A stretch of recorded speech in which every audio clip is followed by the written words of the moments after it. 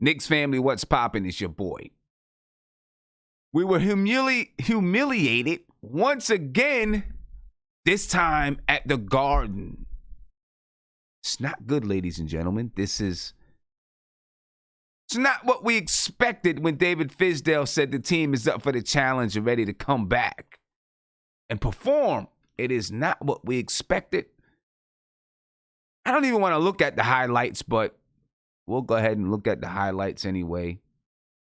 And we'll talk about this game. But Knicks fans, it's getting bad. I told you, we entered the danger zone.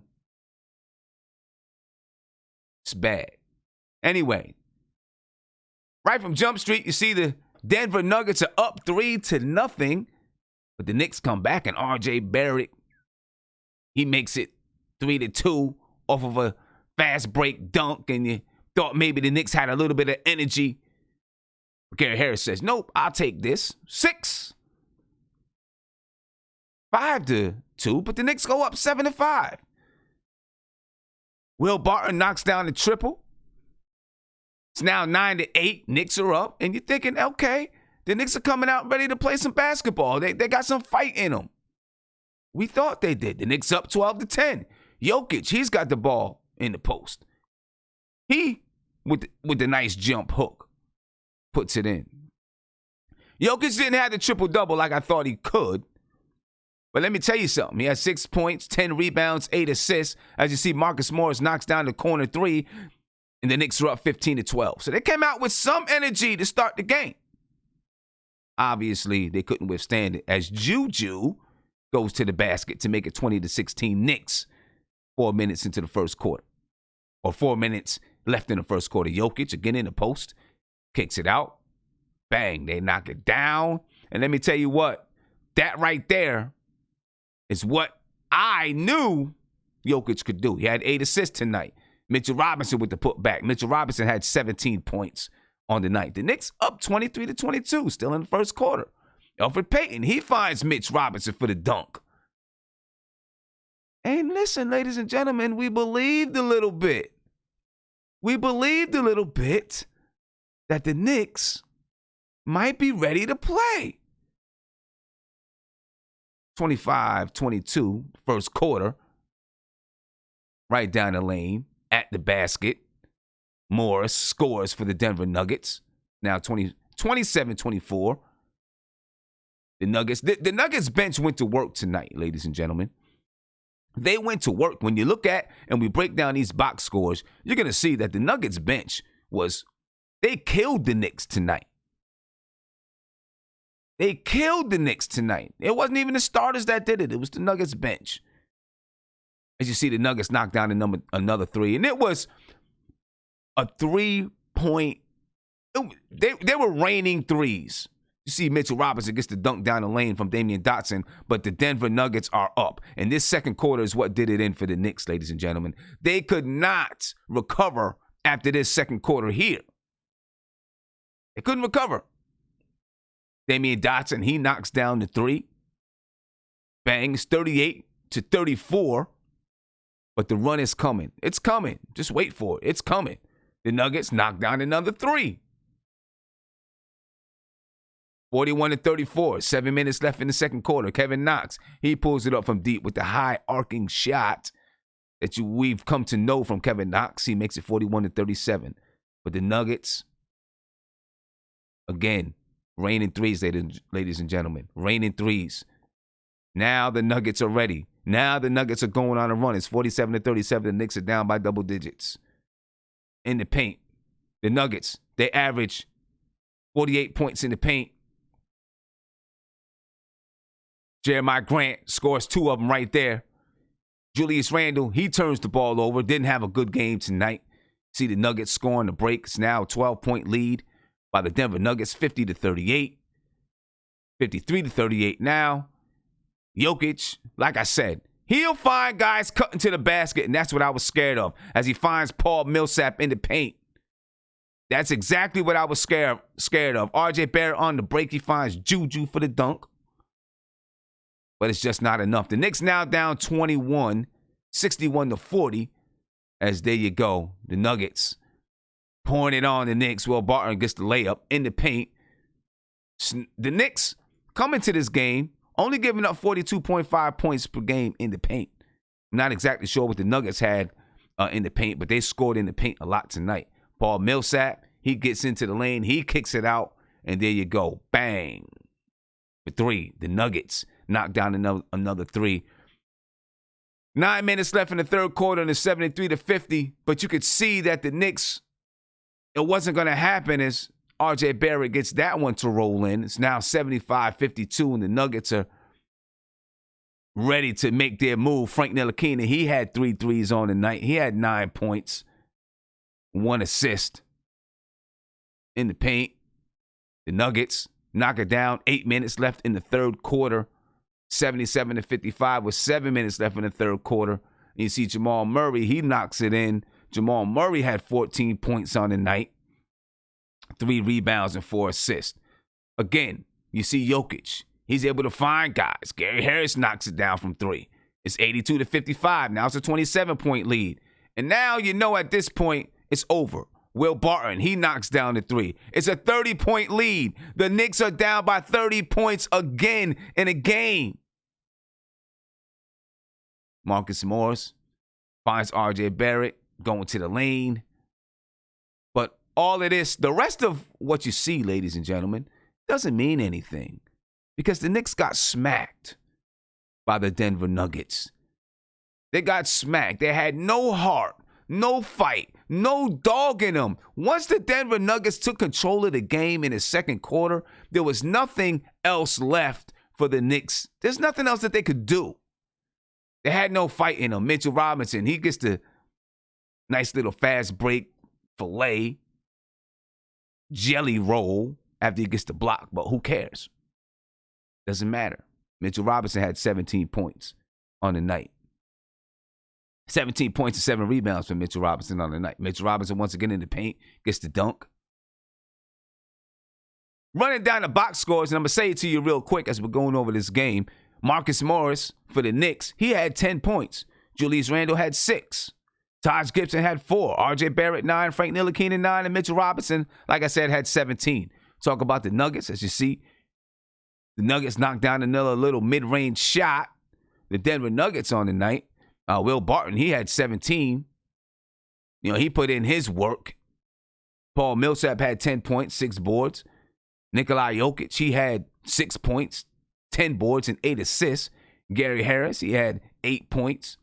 Jamal Murray had 14 points, but it was the bench. It was the bench, ladies and gentlemen, that did the Knicks in. You see Grant lays it in.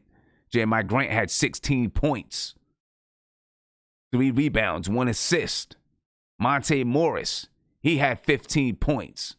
You see Kevin Knox knocked that one in. Monte Morris had 15 points and 6 assists. Juancho Hernangomez, he had 12 points, 3 rebounds, 4 assists. Mason Plumlee had 11 points and 11 rebounds and 6 assists.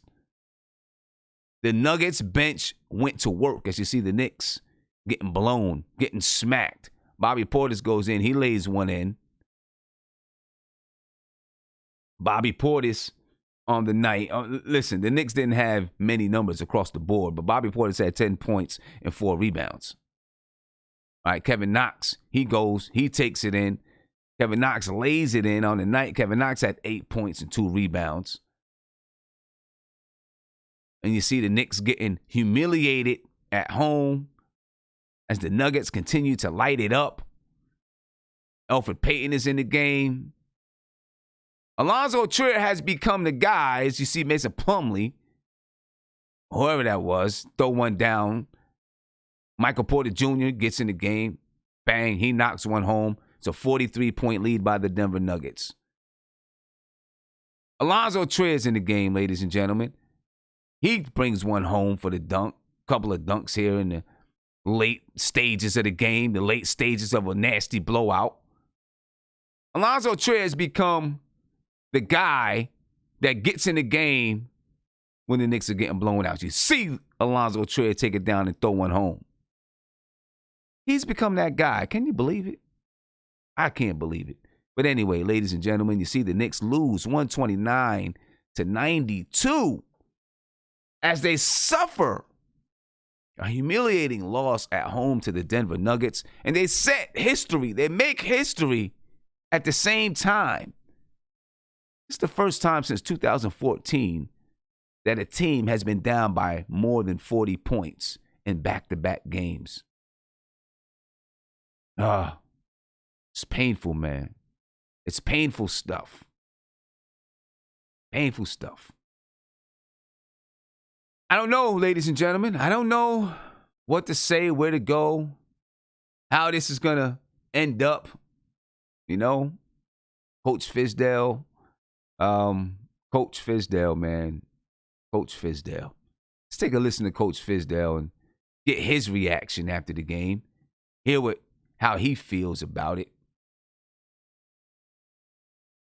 As you can imagine, Coach Fizdale is not happy. I wouldn't be happy. He's got to be fearing for his job right about now. Let's take a listen to Coach Fizdale and what he had to say. It's about a 40-second little clip right here. And what he had to say about the Knicks getting smacked by the Denver Nuggets. Here we go, ladies and gentlemen. It's Coach Fizdale. Oh, it's going to be Coach Fizdale in a second. And it is Coach Fizdale right now. Are you worried this is going to fall on you? Ultimately, I don't care about all of that. I don't even think about that, really. I think about the next team we're playing. I think about the guys in the locker room and how I can help them. At the end of the day, that's all I care about. That said, do you talk to Steve and Scott and get a feeling that you guys are still all believing on this? Yeah, absolutely. I'm still coaching this team. I'm still pushing them. I'm still preparing them. We had a hell of a practice before this game. It was just disappointing, output. You said this game would give you guys a chance to answer the bell after another loss like this. We did not answer the bell, that's for sure. You can definitely know that. They did not answer the bell. Wasn't even close to answering the bell. They tried to come out with some heart. They tried to come out with some fight and some spirit. But it didn't happen, ladies and gentlemen. Didn't happen at all. The Knicks were only down by 6 after the first quarter. And you know what? As a fan, you can deal with that. You can take that. They're okay. They're down by 6, but they came out ready to fight. They came out ready to play. Frank Ntilikina was back. Marcus Morris was back.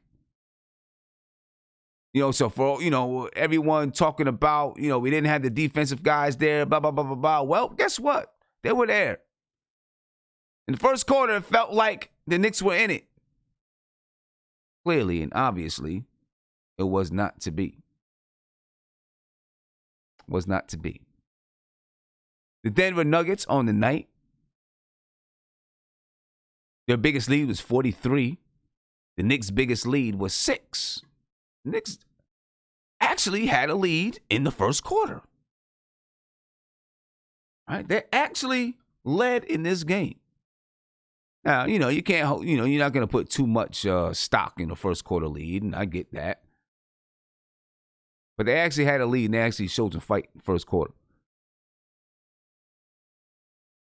The Knicks shot the ball 41% from the field,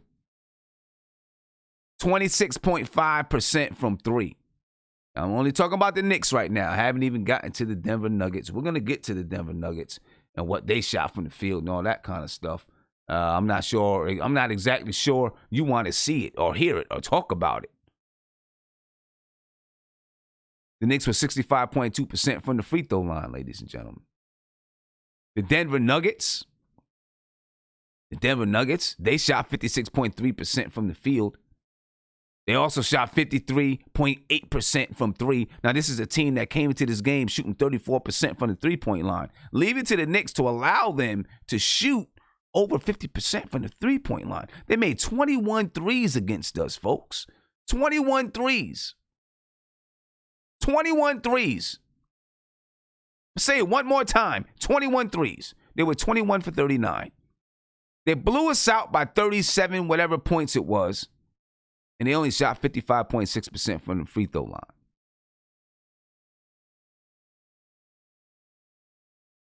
They out-rebounded us 48-33. That should not happen with this team. You got guys that can rebound the basketball.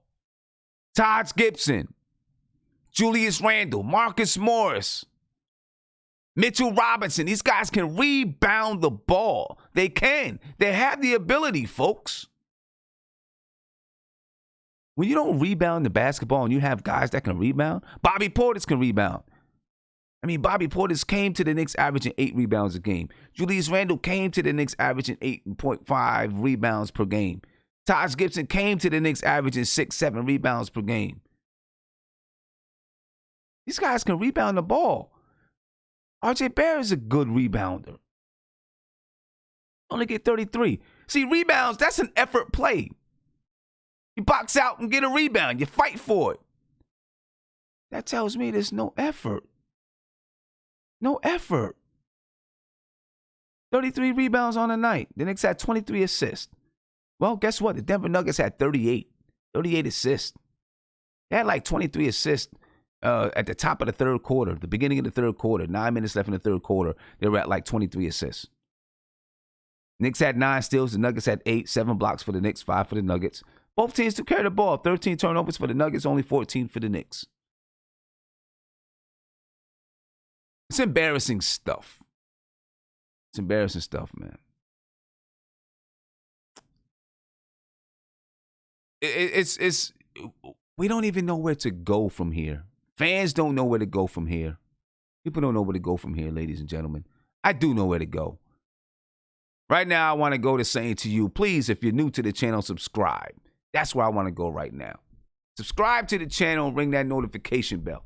You'll be notified whenever I go live, drop a video, or post in my community section. And I want to let you know this. I have a brand new membership platform for those who are interested in becoming members. And if you join this membership platform, there's a lot of perks involved, okay? A lot of perks that I think you'll enjoy. You know, a monthly live stream just for members. Obviously, you're going to get first dibs and a first crack at contests and tickets and those type of things. There's 3 different levels, a $1.99 level, $2.99, and $4.99 level. And at each level, you'll get some customized Nothing But Knicks emoji. Right? And I think you'll enjoy that. Right now, we have 3 of them, but more are coming. More of them are coming, right? So, for example, I'm going to give you an example. If you want to talk about Marcus Morris, now let's talk about RJ Barrett. If you want to talk about RJ Barrett, well, you can use RJ Barrett's emoji, right? Bam, there you go. That's RJ Barrett's emoji. You want to talk about Mook Morris? And although we haven't really seen the dog from the team, but if you want to talk about Mook, you want to talk about Marcus Morris, well, you can use the dog emoji for Marcus Morris. Want to talk about Julius Randle? You know what? You can use the Juju emoji for Julius Randle. Ladies and gentlemen, that's what I'm talking about right there. So right now, if you're on your computer, right where it says subscribe, there should be a join button. You can join right now. If you're watching on your phone, same place where it says subscribe, you can hit join. $1.99 and you can get access to these emojis. It's $1.99 a month. Let me make sure I'm clear with that. $1.99 a month. You get access to the emojis, plus, you know, all the other perks that's involved with it. $2.99 a month, you get an upgrade in perks. $4.99, you get the ultimate upgrade in perks. All right, so if you want to check it out, you can check that out. And as we keep going, there'll be more emojis that follow. You know, more emojis that follow. But anyway, let's he said, can you do a turnover emoji for Randle, please? That's a good one. I could, you know, do an apple turnover, you know, since he's in the Big Apple. That's a good one. That's a good one. Maybe I could. We'll see what's up. But I appreciate you guys, man. I appreciate you guys. And if you don't see join, I'm going to put the link right here so that you can click on the link right here. All right, so give me a minute. Let me get to the guys that's in the video chat, and I'll get those. I'll get the join link up in the video chat, so there's up in the YouTube chat, so that you guys can get to it. All right, but anyway, let me get to these guys, and let's talk about this game, man. Let's talk about this game and where we're at as a team, as an organization, and what's coming up and what's going to happen. What is going to happen? I don't know. Maybe you know, but let's get this thing going. I'm gonna start with Nate. Nate got his hand raised. You know what I'm saying? I'm gonna get the Nate. Go ahead, Nate. What's going on, man? I can't. Well, I mean, I watched the first half of the game. Okay. And, there was some encouraging points earlier in the beginning. But the problem I saw in the beginning of the game was basically what happened the rest of the game is we could not guard a three-point shot. And, we didn't rotate. We left open shots, and they knocked them down. And it's kind of funny because when you watch the game earlier in the beginning, the Knicks were playing pretty good defense. Like, the on-ball was not bad. The problem is that, when it got down to the end of the shot clock, we didn't rotate or we didn't get the rebound and left a wide open shooter and they knocked their shots down. And I knew that was going to be the problem, is that we're going to continue to not guard our man on the 3-point line and it was going to kill us. And I mean, it's embarrassing, man. I mean, I've been a Knicks fan since '99, and I cannot remember how bad it's. I cannot remember a time how bad that we sucked this bad. Like, there's just no juice in this team. This team has quit on their coach. The coach has probably quit on himself. Fan base has sure as hell quit on this team. I mean, I don't know. Everybody wants to fire Fizdale, but for what? You bring another coach in, we're still gonna have the same problems. Yeah, they might play a little harder because they always play harder when they coaches. But I mean, there's just no life in this team. And I don't know what's gonna change. I mean, you're talking about a whole culture shock that this team has this franchise has to go through. And I just don't know if that's gonna happen. I don't know if a coach bringing in the right coach is going to do it. There's problems all over this organization. People wonder why ESPN loves to mock us. Well, this is why. It's a laughing stock. It's a joke. I mean, we have better players on this team, and we still suck worse. I just don't get it. And I'm not just blaming the coach. I'm blaming the players. Where's the accountability in themselves? They look like they don't give a shit. I'm sorry for my language, but that's what it looks like. I mean, when you're laughing when it's up 30-something, that's embarrassing. There's no reason to laugh. Well, listen. And, something that I do know. Well, go ahead. I'll let you finish. We'll talk about that in a minute. Go ahead. No, I'm just saying, man. I mean, I get it. Some of these are young kids, and they don't know the life of losing because a lot of them were on some of the best players on other teams back in the day. But the thing is that as a coach, if you see your players laughing when you're up by 30, I mean, I don't know, man. That really bothers me. I'm not laughing if I'm down by 30. I'm embarrassed. I want to get the hell out of there and go figure out what I need to do to get better. Yeah. Well, I think that goes to Nate. To me, that goes to the it goes to the culture of this team right now. It talks about the culture of this team, and basically we have none, or we do have a culture. We have a negative culture on this team right now. We have a culture that is not conducive to winning. Because all we're asking these guys to do is come out and fight and play hard. I'm telling you, for all the years, for years and years and years, you always heard that you cannot rebuild in New York. Well, you're wrong. All Knicks fans want is guys who are going to come out and play hard and fight every game, even if you don't win. At some point, obviously, fans want to win, but they understand the process.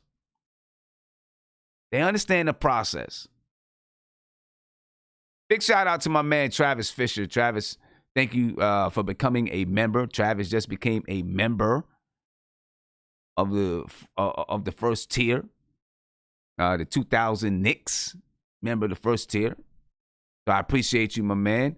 And if you want to become a member, again, I just put the link here. I'm putting the link once again in the chat, in the YouTube chat. You can become a member, have access to emoji and all the other perks. And there'll be more emoji that come.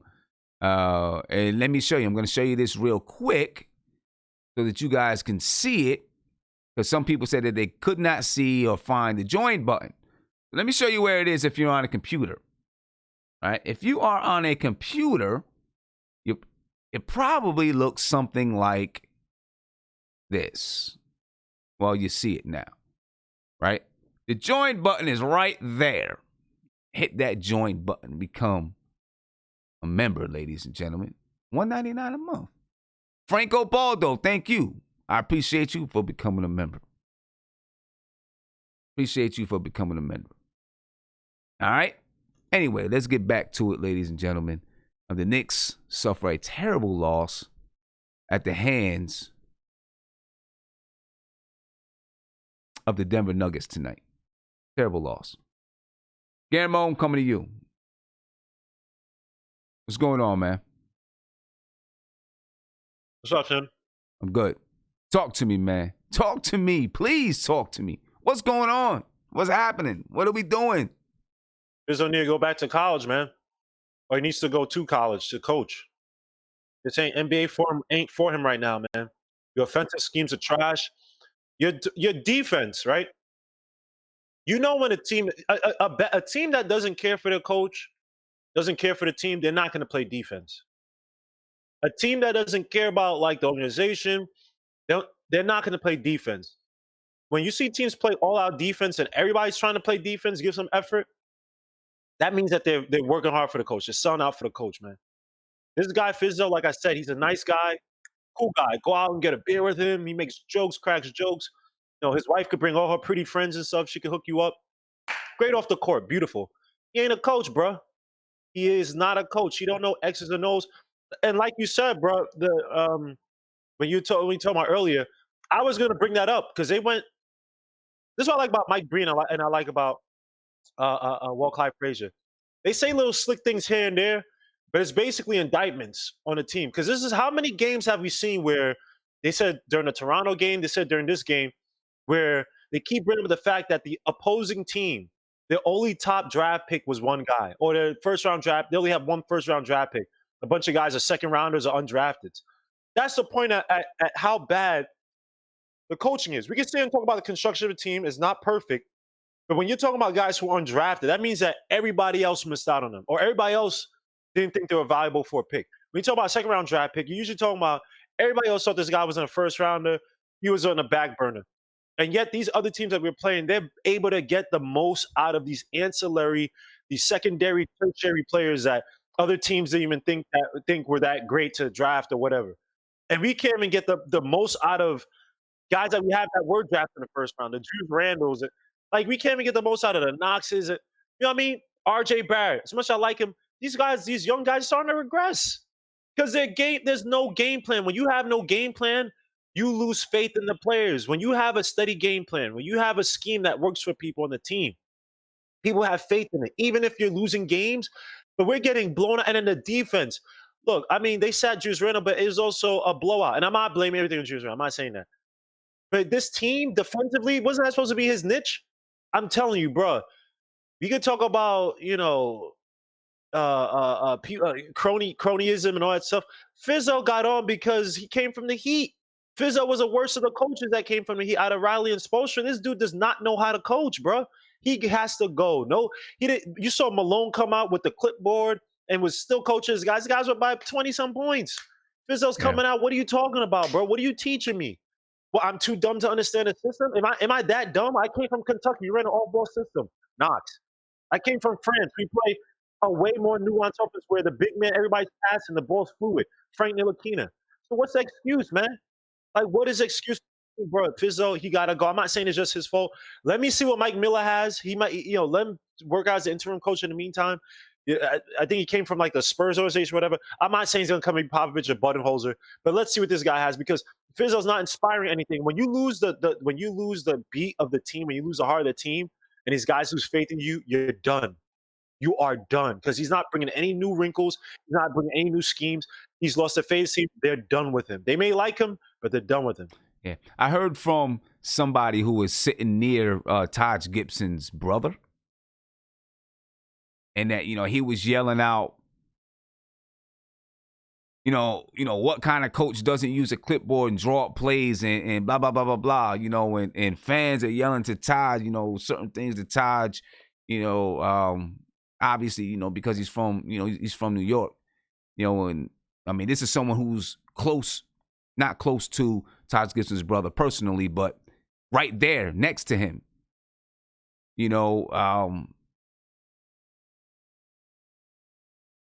I don't know, man.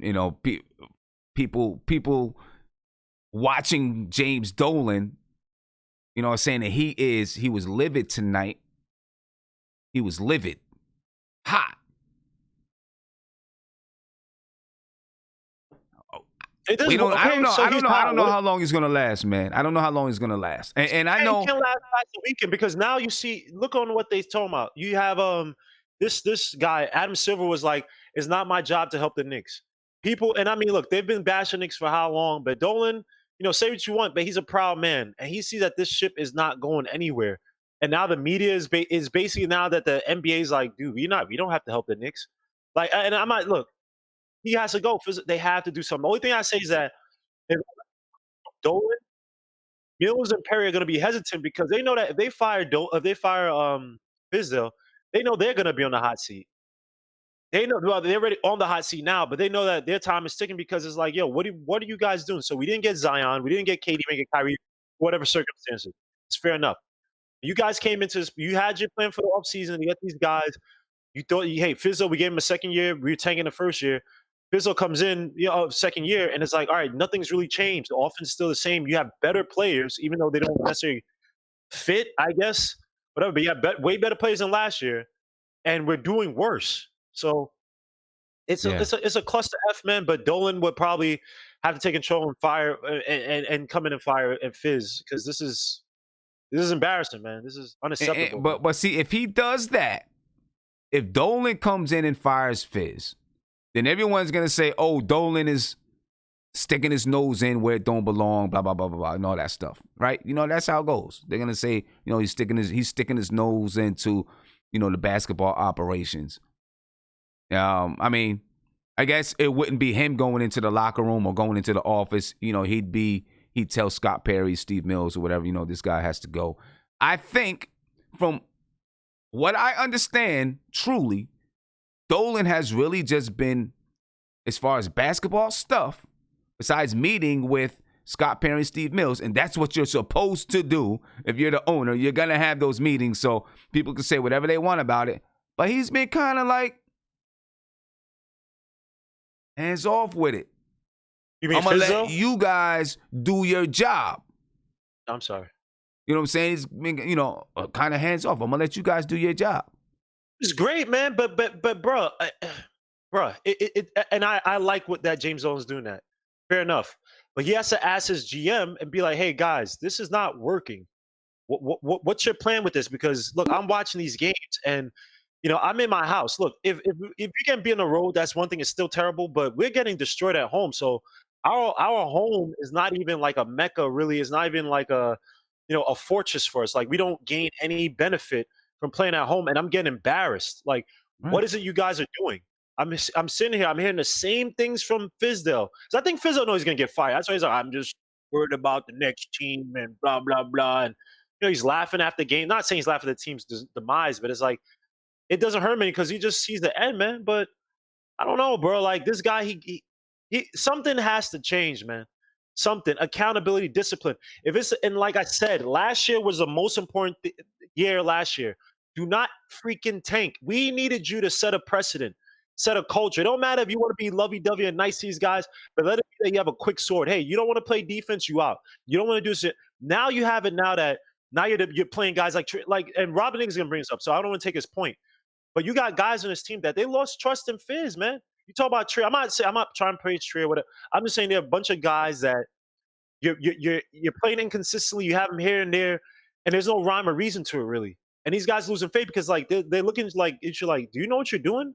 Like we have 4 wins. Do you know what you're doing? Now if you Popovich and we had, or not Popovich, if you're a good coach and we had say 13 wins and you're doing all this weird stuff, it's like, all right, fair enough. You're winning. It works.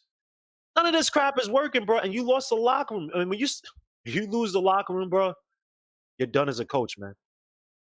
Yeah, It is what it is, man. and I You agree gotta with go. you, man. I definitely agree with you. I agree with you. You lose that locker room, you're pretty much done as a coach.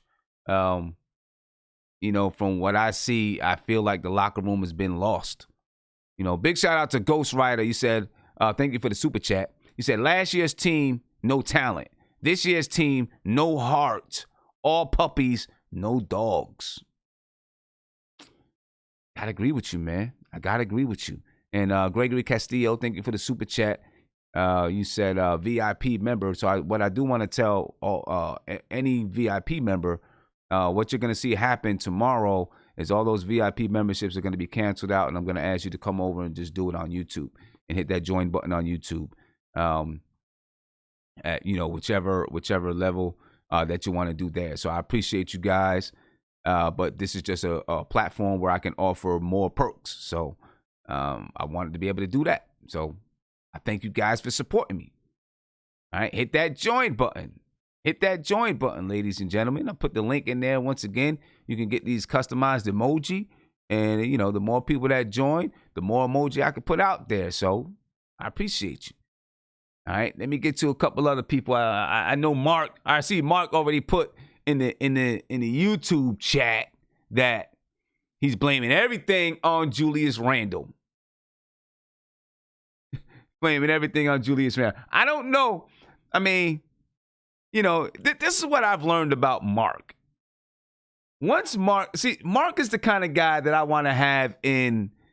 I want to have Mark in. If I'm going to war, I want Mark by my side. Because once Mark is with you, no. Listen. Hold up, though, Guillermo. Once Mark is with you, it don't matter what you do.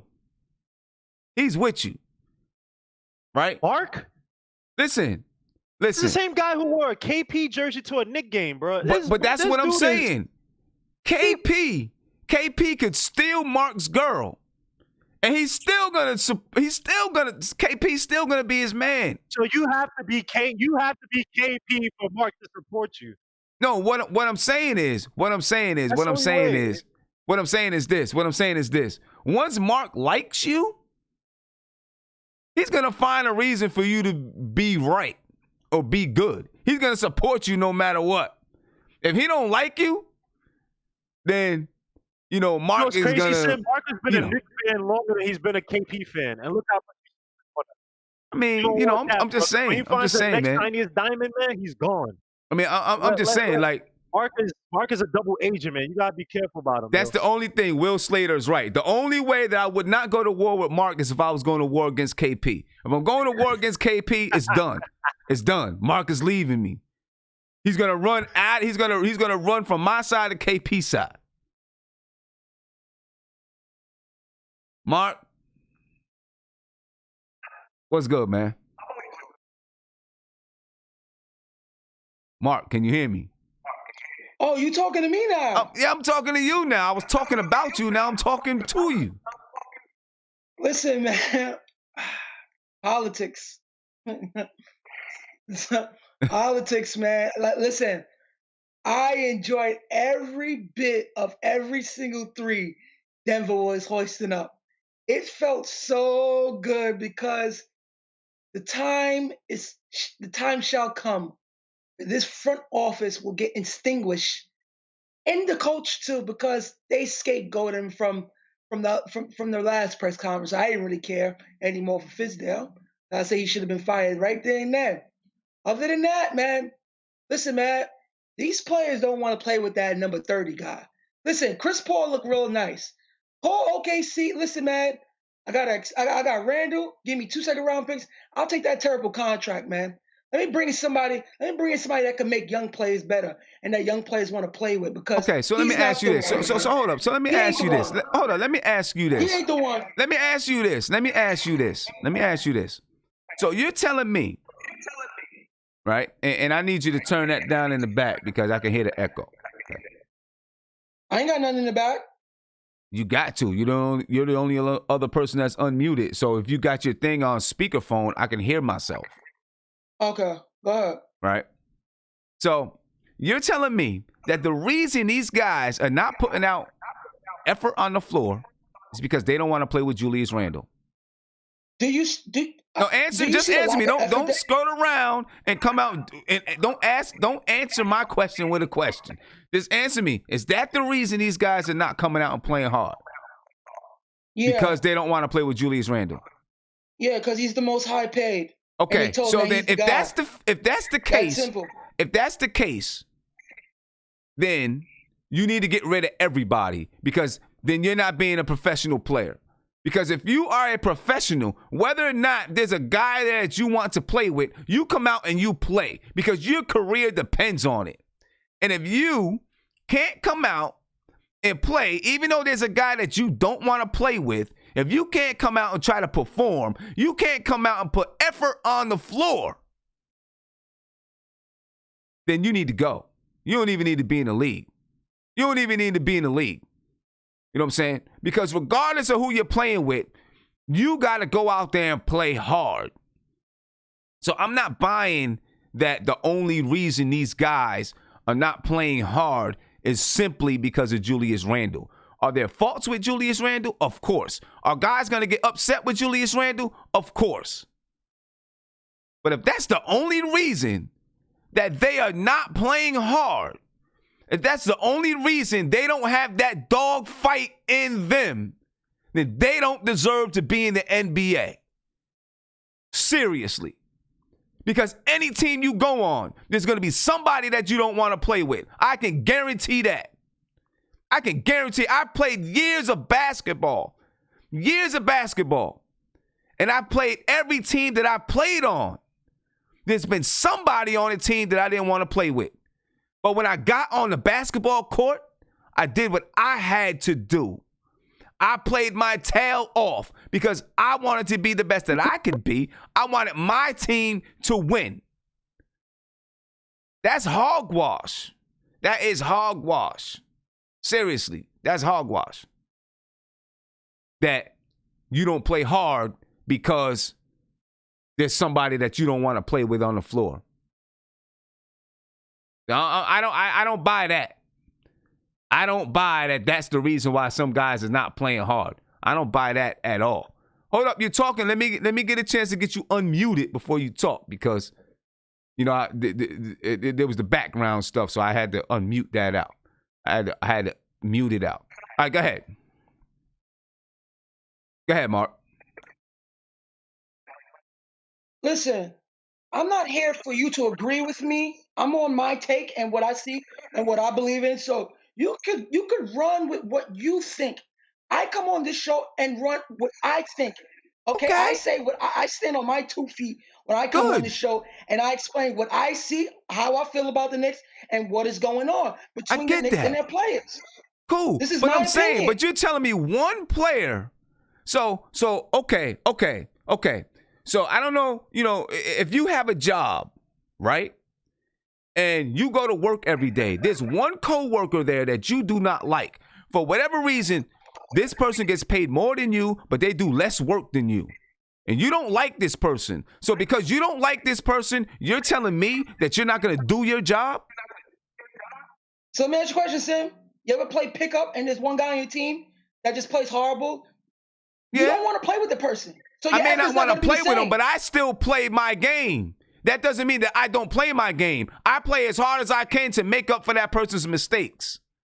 Sam, basketball don't work like that when you play. It does work like that. It definitely works like that. No, it does not. Hey, Mark, let me tell you, I played high school and college. Hold on. It definitely works like that. When you know that there's somebody on your team that cannot do certain things or will not do certain things, you still play hard. You may fuss at that person, you may argue with that person, and you may get on that person, but it does not stop you from trying to go out there and hustle.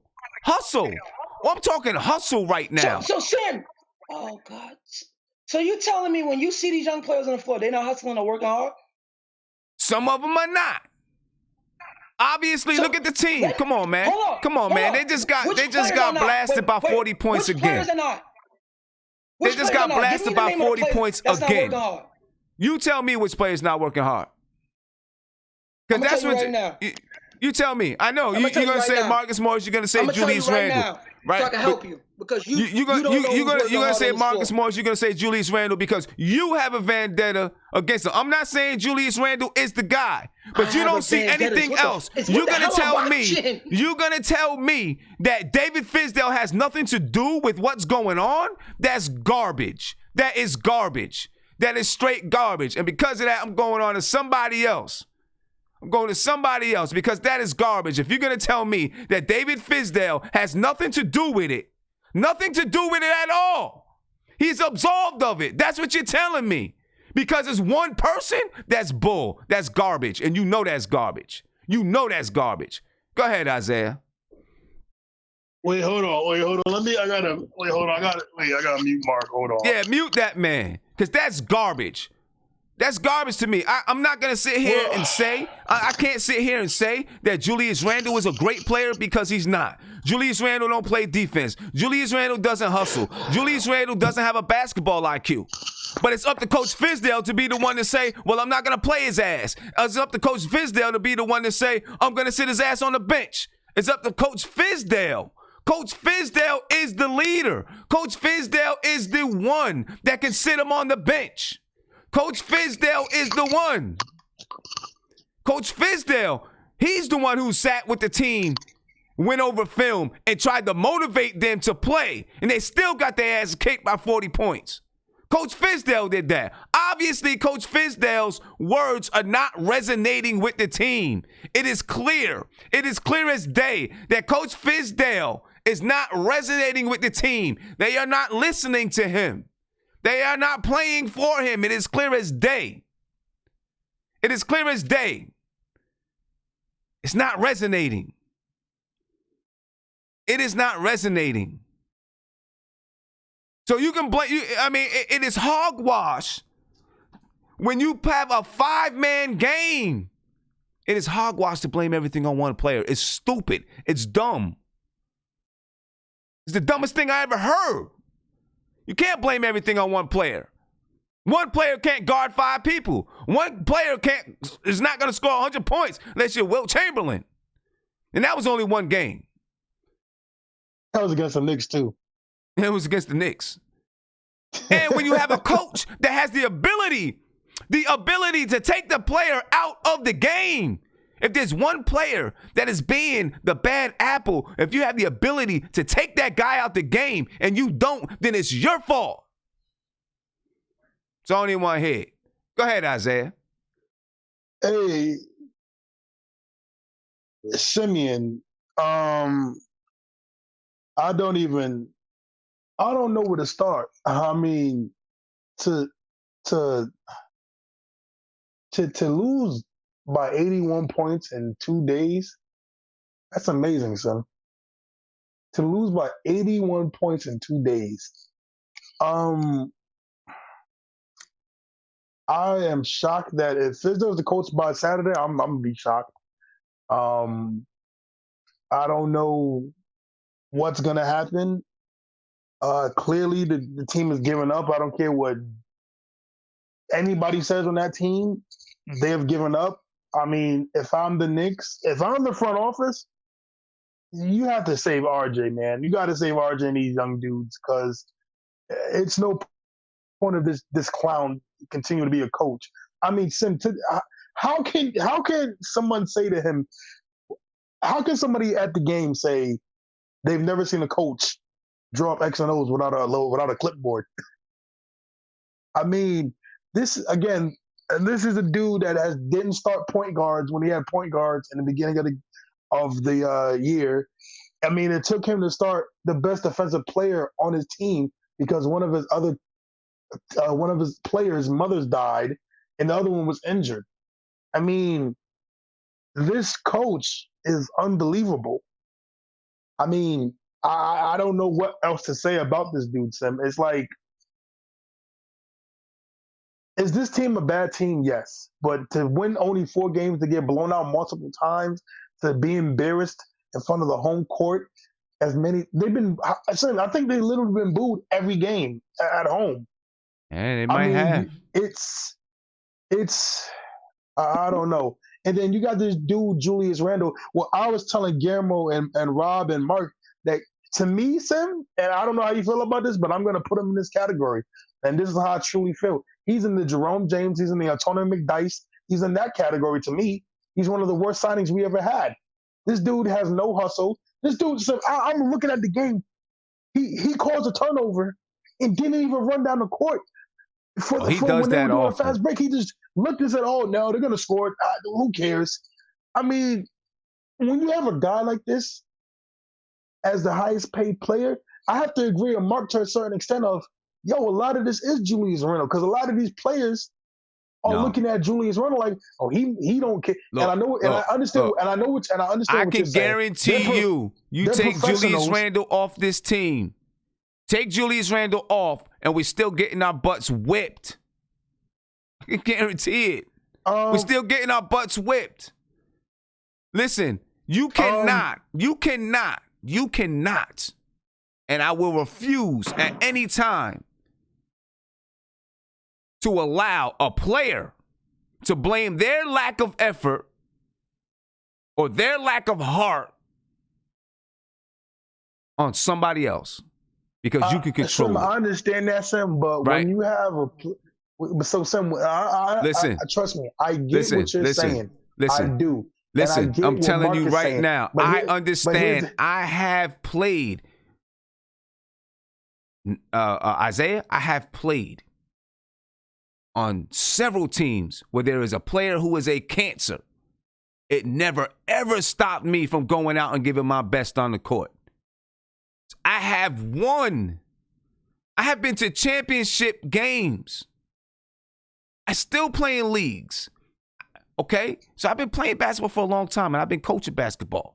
I've been to championship games when there is a main player on the team who is a cancer. Okay? And as a player, you still go out and you play the game.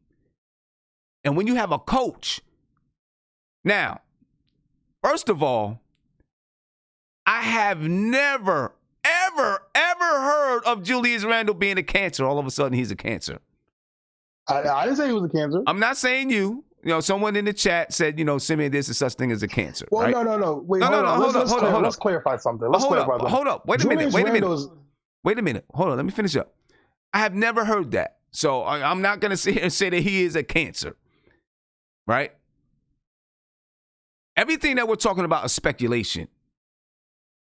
We're all talking about speculation. If Julius Randle got a contract for $10 million a year, it'd be different. It's all about, because he's the highest paid player on the team. Okay? And I get it. I understand that. I understand that. Right? And I know there's certain things that Julius Randle does that is unwanted. But let me ask you this. If Julius Randle's play is dictating everybody else's play, then what if somebody else's play is dictating Julius Randle's play? What if somebody else is a cancer in the locker room or a cancer throughout the team? But nobody wants to point to that. They just want to point to Julius Randle because he's the highest paid player. But I'm not absolving Julius Randle from responsibility.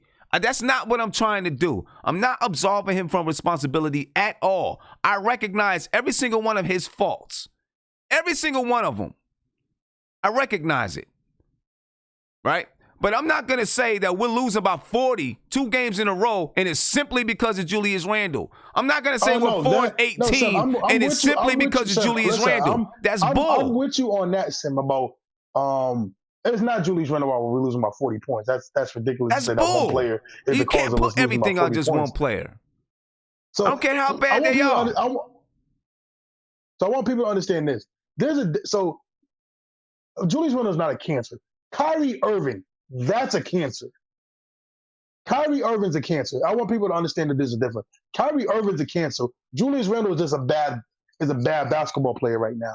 He's a terrible basketball player right now. So I need people to know the difference. Kyrie Irving is a cancer. Julius Randle is a bad basketball player. But I am with you, Sam. We are not losing. We're not losing for this because it's just a Julius Randle. This has coaching. This is the players that are not there. It's a whole lot of different factors of why we're losing by 40 points. To me, it's mainly coaching, and the players are just giving up on David Fizdale. They can do that. They can do the post-game interview crap and go to say, we're looking at film. This is on the players and on the coach. That's BS. I really want to cuss, but I know it's your channel. It's BS. It's these guys are just collecting checks. Marcus Morris knows he's going to get traded during midseason. A lot of these vets know they're not going to be here because they're going to get traded during midseason. They know that. It's just, Sim, it's just these players don't care. We all smell the bullcrap in the air. They don't care. They know what's going to happen during midseason. The young guys are going to be here. Like, these dudes don't care, Sam. They're just collecting checks. Bobby Portis is getting $15 million. He's fine. Marcus Morris is getting $15 million. He's going to get a next big payday. He's fine. Julius Randle just got paid. He's fine. These dudes don't care. That's what we're and for them to even try to make it seem like they do is bullcrap. I mean, again, you have Julius Randle jogging up the court. He's jogging, Sam. What can you do with a player like that? You know what you can do with players like that? I'm going to tell you right now what you can do. You take them out and you sit them down. That's what you do. Well, this coach isn't doing this, Sam. That is what you do. Apparently, they hang out after games. But listen, their that wives is are my cool. point, I mean, Isaiah. this is ridiculous. That is my point. Coach Fizdale said it the other day in the press conference. One of the best ways, I mean, first of all, I've said it to you guys plenty of times. But he said it in the press conference when he was talking about sitting Kevin Knox. Right? He said, one of the best ways to develop a player is for them to sit on the pine. It's also one of the best ways to teach a player a lesson. If I'm Coach Fizdale, I watched a couple games ago. Julius Randle went to the basket. He got fouled. He thought he got fouled. He sat back there and he argued with the referees. While everybody else was up, and whoever it was, maybe it was the Bucks, I don't know, they scored a layup. Right? And I'm yelling, yo, why are you arguing that you got fouled? The ref is not going to turn the call over. Get back. You get hit. You mess up. You turn the ball over. You get back on defense. But you know what? I can't do nothing about it. I'm hundreds of miles away. Coach Fizdale can. He's got to be able to see that. He can see that Julius Randle stood back there and talked to the refs. You're not LeBron James. You don't have that kind of cachet. You're not Dwayne Wade. You're not Kobe. Not even Melo. So if you're David Fizdale, you send that message. You say, no, come here. You're sitting on the bench. And you tell him, I'm sitting you down because you didn't hustle back. You turned the ball over. You didn't hustle back. You didn't get back. That's up to David Fizdale. It ain't up to David Fizdale no more. He's gone, Sam. He's gone. It ain't no more of this. It ain't no more of this. You know what? We hope David Fizdale's gonna do this. We hope that he's gonna do this. No. He's done, Sam. You know what, Sam? Can I tell you what my boss said to me one time that really stuck with me and resonated with me?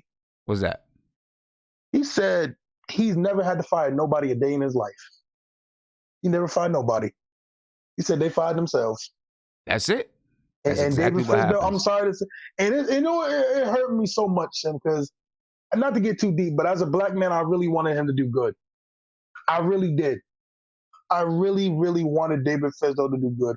I thought he was going to do. When he had that press conference when he first got here, I was excited. When he said to Emmanuel Moody, "We gonna get you right," did I personally really, really like it? I wanted him to say to Frank, but I liked it because you know what? He cared about the players. I thought when he came in here, he was going to change this franchise. not completely around, but he's going to give us an identity. I was excited because he was a Miami Heat guy. He was a Pat Riley guy. And I was excited to have a Pat Riley guy here because I look at Eric Spoelstra and I look at Pat Riley. I'm like, I know one thing that's going to happen. I knew two things are going to happen here, Sim. The Knicks were going to be conditioned and the Knicks were going to play hard. That's what I really thought when David Fizdale got here, is that we were going to play hard and be conditioned. We weren't going to be lazy because Pat Riley and them don't play that crap, and we were going to be held accountable. But, I don't know, Sim. I really expected a lot more from the brother. I really did, and it kind of hurts because I wanted him to do good as a black coach. There's not a lot of black coaches in the NBA, not a lot of them. But I thought he was going to do better than this. He truly disappointed me. Yeah, it just felt like he just he gave up, and he just, like I said, I don't know what Pat Riley taught him because I know Pat Riley didn't teach him this. There's no way Pat Riley taught him this. I feel you, man. It's really disappointing when it comes in. I'm not gonna lie to you. I was disappointed. Yeah. I didn't want. Oh, my bad, Isaiah. My bad. Didn't mean to cut you off, but I did and I didn't. I cut you off a little bit sooner than I wanted to. Big shout out to Trey King. Thank you for becoming a new member. Lemon Pepper, thank you for becoming a new member. And Correct Defense, thank you for the super chat. You said, I want Morris, Randall, Fizdale, Ellington, the hot dog stand man, the Jumbotron, gone. RJ was so done with this losing, he literally had an out-of-body experience. He astral projected back to Toronto. This was embarrassing. Yeah, you're right, man. It was really, really bad. Really, really embarrassing. And I don't know. Man. I have no idea where we're going, what's happening. Listen, I said the other day that I think James Dolan should give Fizdale and Scott Perry and Steve Mills until the end of the season. I'm going to be honest with you. After tonight, I'm changing my mind. I want Fizdale out of there now. I've been trying to hold on as long as I can because I wanted Fizdale to do well. I really, really did. I wanted Fizdale to do well. I want him out of there. I want him gone because he's not resonating with the players. His voice is not carrying a message to the players. You get blown out by 44 points. If there's any time that your voice is going to resonate with the players, if there's any time that your message is going to get across, it's going to be when you get blown out by 44 points. That's when your message is going to get across. Because that's when you're going to be able to say, look, you guys don't want to hear or listen to what I'm saying? Look what just happened. We just got smacked by 44. Now will you listen? Now do you understand? This is the time that the team would listen if they were going to listen to you. So it's clear to me that his voice is not resonating with the team. It's just not resonating. They don't care. They're not playing for him. You didn't have to win. Gave up a 43 point. You got down by 43 points. They're not resonating, ladies and gentlemen. And so now I'm at the point where I'm like, yeah, it is time to go. It is time to go. And, because now it's to the point, if they were playing hard, still losing, but playing hard, say, okay, you know what? He's not coaching them, but we can at least give it to the end of the year because they're at least playing hard. But it's very clear that there's probably division in the locker room. Maybe there's division between the older players and the younger players. I don't know. There's division somewhere. It's clear. Everyone's not on the same page. And whatever it is that Fizdale, whatever the connection with Fizdale and Julius Randle, if they become friends or this or that, it's not healthy for the team. And it's up to David Fizdale to change that. But see, this is an issue that I had with Fizdale before he even started coaching last year. I was already afraid that he was going to be too friendly with the players. Too friendly. That's what I see. Scared to hold the guys accountable. Mighty Knicks, thank you for the super chat. He said, I'm the only one who ain't buying into this Black Wall Street hype. Team Phil Jackson. Team Euro. Team Fundamentals. Randall equals old Quinn. I told y'all. Rory Campbell, thank you for the super chat. You say David Fizdale needs to be arrested for unlawful detention of ISO Zoe. Yeah, let's talk about that. ISO Zoe. He's become the guy that you can't wait to see get in the game when the Knicks. Back in the day, it used to be when the Knicks are blowing somebody out by 20 or 30. Now it's when the Knicks get down by 20 or 30, and you can't wait to see him get into the game until you can't wait to see him get into the game. That's become ISO Zoe, and I don't think it's deserved.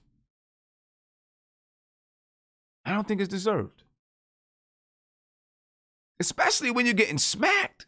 Every game, you're getting smacked. You still going to put Wayne Ellington in there? And yeah, I changed courses on Wayne Ellington. You guys know I changed courses on him. No ISO Zoe. I mean, listen. ISO Zoe is one guy that can. ISO Zoe can come down like you seen him do and get a couple of dunks and light a fire under the team. Light a fire because of some of the things he can do. So even if you don't like everything that he does and the way that he plays, at the very least, you can let him help to get the team started. If you don't like what he's doing, take him out. But he's buried, and for what? What reason he's buried? I don't know, but I know Rob the Knick, that's his boy. So I'm going to get to Rob the Knick right now, and let's talk about some ISO Zoe. Rob, what's popping with you, bro? Yo, what's going on? I'm chilling, man. How you doing? I'm good. In the building. Just watched another blowout. This what the rebuild looks like. It's ugly. Not this bad, though. I'm sorry, Rob. Not this bad. Hey, look, you heard what he said when they quoted what Clyde said. The last team to lose blowout victories by 40 points or more was the Philadelphia 76ers in 2017. But check this out. Let me ask you this question. Right? When did this rebuild start? I would say last year. Last year. Yeah. We're on the verge to lose less games than last year. Okay? We've been going downhill. I mean, we've been, 35 games, 32 games, 17 games, now maybe lower than 17 games. Yeah. We're going. But the official rebuild from the draft, I would say, started last year. So you telling me that when you sign $73 million or whatever it was, however much money they signed, worth of free agents in 1 year, you're expecting this team to be worse than they were this season before? Because, and here's the reason why I asked the question. Because they could have, there's a floor, there's a certain amount of money that you have to spend. All right? Yeah. In Philadelphia, when you go back to those days, if you pay attention, they didn't go over the minimum amount that they had to spend. There were years when they spent just the minimum amount. The minimum.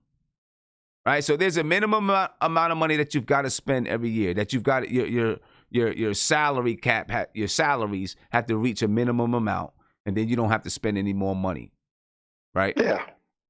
They stopped at that minimum. So they would still, it would be throughout the season, they'd still have all kinds of $60 million left to spend. but they didn't spend it. Right? Maybe they had a vet or two, but they basically had, a whole bunch of these young guys there. Because they actually did have a process. When they were saying, trust the process, they actually did have a process. Right? We didn't do that. We spent money. Now, I know we spent money on one-year deals that can leave. Right? Because the idea for this year was, although, yes, you're rebuilding, the idea was to start creating some sort of a culture and try to put together a team that was similar to like the Nets or the Clippers, right? Before they got their free agents. A team that, and they didn't have to make the playoffs, but a team that could go out and really compete hard and play hard. And when teams came, when they played against teams, they knew that they were in a dogfight with that team. When you played against the Clippers, you knew you was in a dogfight. You played against the Nets, you knew you was in a dogfight.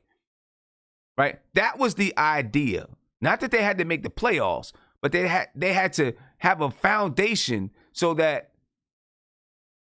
when free agency did come around, or they would look and say, okay, this is a team that I could go to and I could be part of. I could be part of a building, a team that's really building, and they're building something and they're doing something. This is a laughing stock. This is a laughing stock. Yeah. This is a laughing stock. I agree. I don't know if this is, I can't say it's rebuilding because I don't know if there's a blueprint. I don't know if there's a blueprint or if there's plans. Well, what's I feel like obvious they're to me grasping about at the straws. blueprint of the team is all into the contracts that were signed. And it's a rebuild with trial and error. We're going to sign these players to these one-year deals. If they work out, if they don't work out, we can discard them with the garbage. We're going to sign one true piece that we think may fit, but if he doesn't fit, we'll still let him go while still keeping the young nucleus. So with the December 15th deadline coming up, I feel as though, okay, now you have to execute what you messed up on in the summer and seeing what you can do and then move forward. Oh, no, man. I And don't move know. forward. I don't know, man. I just feel drop the garbage.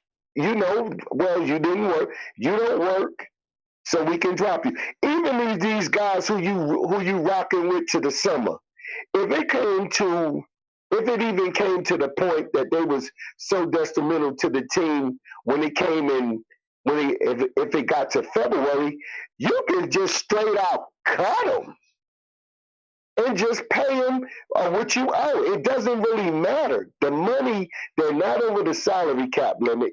They're not in trouble. The play on the court sucks. It totally sucks. Whether it's Fizdale, whether it's Scott Perry making them play these certain players that they say that they gave this money to, for at least two, maybe the plan is to try these players out until December. And if they're not working, Fizdale, then we'll let you take over the team that you had last year and we'll start all over again. And then you play these young boys for the second half of the season to see where we at. It's a lot of scenarios right now that can also be part of the equation later. So right now, that's why my thing is, it's ugly. Nobody have an answer. I don't have an answer. You don't. Mark don't. Guillermo don't. Only thing we're going by is what we're seeing right now. But maybe when they sat down to put this team together, this is what it says. If it doesn't work by Christmas, we're going to start trying to send these players elsewhere and go back to what we started last year. It's enough time in the season to do that. And if this team rallies around in the second half of the season and runs off 20 victories, just the young boys, to me, I'm happy as hell. Or 25 victories. I'm happy as hell if they can put that together with the chemistry and build the nucleus that they were working on from last year. Without these old guys, no bad intentions to Morris, Portis, or Randall. Or even if Randall sits, It doesn't matter. But Randall is really hard. I would say, like, I have to somewhat agree with Mark. Randall is really not to say that it's all Randall's fault. I am not saying that whatsoever. But it's kind of hard for you to follow when they put this money to you. And then these are the same players watching you on the court turn the ball over 8 times. You're not passing the ball when they think that you're supposed to. They can't get their shots because Fizdale is trying to make you a point forward, and they don't get the shots to where they're comfortable shooting at. Now, whether it's his fault or not, they're gonna look at the guy who's making the money. You know, and that's just the way. That's just the way it goes. Listen. If Porzingis was there, his ass was missing like that, they'll be looking at him like that too. Listen. So, it is up to the coach. You know, it's heavy to wear the crown. Listen, when you are the coach of a team, right? You cut the snake off at the head, right? That's what you do. Yeah. You cut the snake off at the head. So when you see bad habits, especially from the guy who is paid the most, I'm not even going to say the leader, paid the most, you cut it off at the head. You stop it. Bottom line, you stop it. Let me tell you something. Tell you a story. I used to work in a juvenile detention center, right? And, you know, from kids in Baltimore. And every single time we would have a culture going within this. So it was a community-based program where kids would come from a juvenile detention center. They'd come to us. They'd go to peer groups. They'd go to case management. We'd have some hours after school where we play ping pong and pool, and I coached the basketball team there, right? Every time we have a good culture going on, we'd get one kid come in, and he'd already have a rep from the street. And once he came in, people started to change. Their personalities change. You add one person to a group, everything changes, right? And we'd know who this kid was coming in. And as soon as this kid started coming in and trying to bend the rules, break the rules, we didn't look at everybody else who was following him break the rules. We looked at him and we said, we got to stop him from breaking the rules. Once we stop him from breaking the rules, everybody else will fall back in line. He'd come in, automatically he's the leader because he already had a reputation. So everybody knew what he was. So everyone's looking to see, okay, I know what the counselors say to me. I know they tell me to go to the red room. I know they tell me to do this. They tell me to do that. Let's see what happens when he comes in, because he got a rep. And see, these counselors got to leave here and go back out in the street, right? So we're going to see if they're going to stand up to him. And so we already knew that we had to take this dude. We had to put this guy in check. Take him off the board. Take him off the board. Yeah. Exactly. Because he was already the leader as he came in. And that's exactly what we would do. We'd get him out of there. See, it was a type of facility where guys could get restrained, right? If they weren't doing what they needed to do, you could initiate a restraint, a therapeutic restraint. And so guess what? We would initiate a therapeutic restraint. We would find a way to make that guy snatch his arm away from you so you could say, oh, he swung at me. And as soon as you take him down and they see that guy on the floor crying because he's been restrained, all of a sudden everybody else falls right back in line because you took the head off the snake. You let him know, this guy's not going to do it. You're not going to do it. True. You know what I'm saying? But here's the thing. I've seen counselors, when somebody like that comes in, avoid that person. Right? They see this guy walk out the room when he's not supposed to. They act like they don't see it. They see some other kid walk out the room when they're not supposed to. They want to yell at him. But they don't want to touch this guy because they're nervous about it. Right? So they act like they didn't see it. And then when someone says something, say, oh, I didn't see him walk out the room. Like, yes, you did. You were standing right next to him. Right? You gotta take him off you gotta take it off at the top. That's Coach Fizdale's job. Coach Fizdale and the entire staff. That's his job. Okay, but Because I Sims, don't you listen. think like But listen, I don't disagree with you. Fizdale being a young coach and Perry, now like I said, maybe the plan is to play these.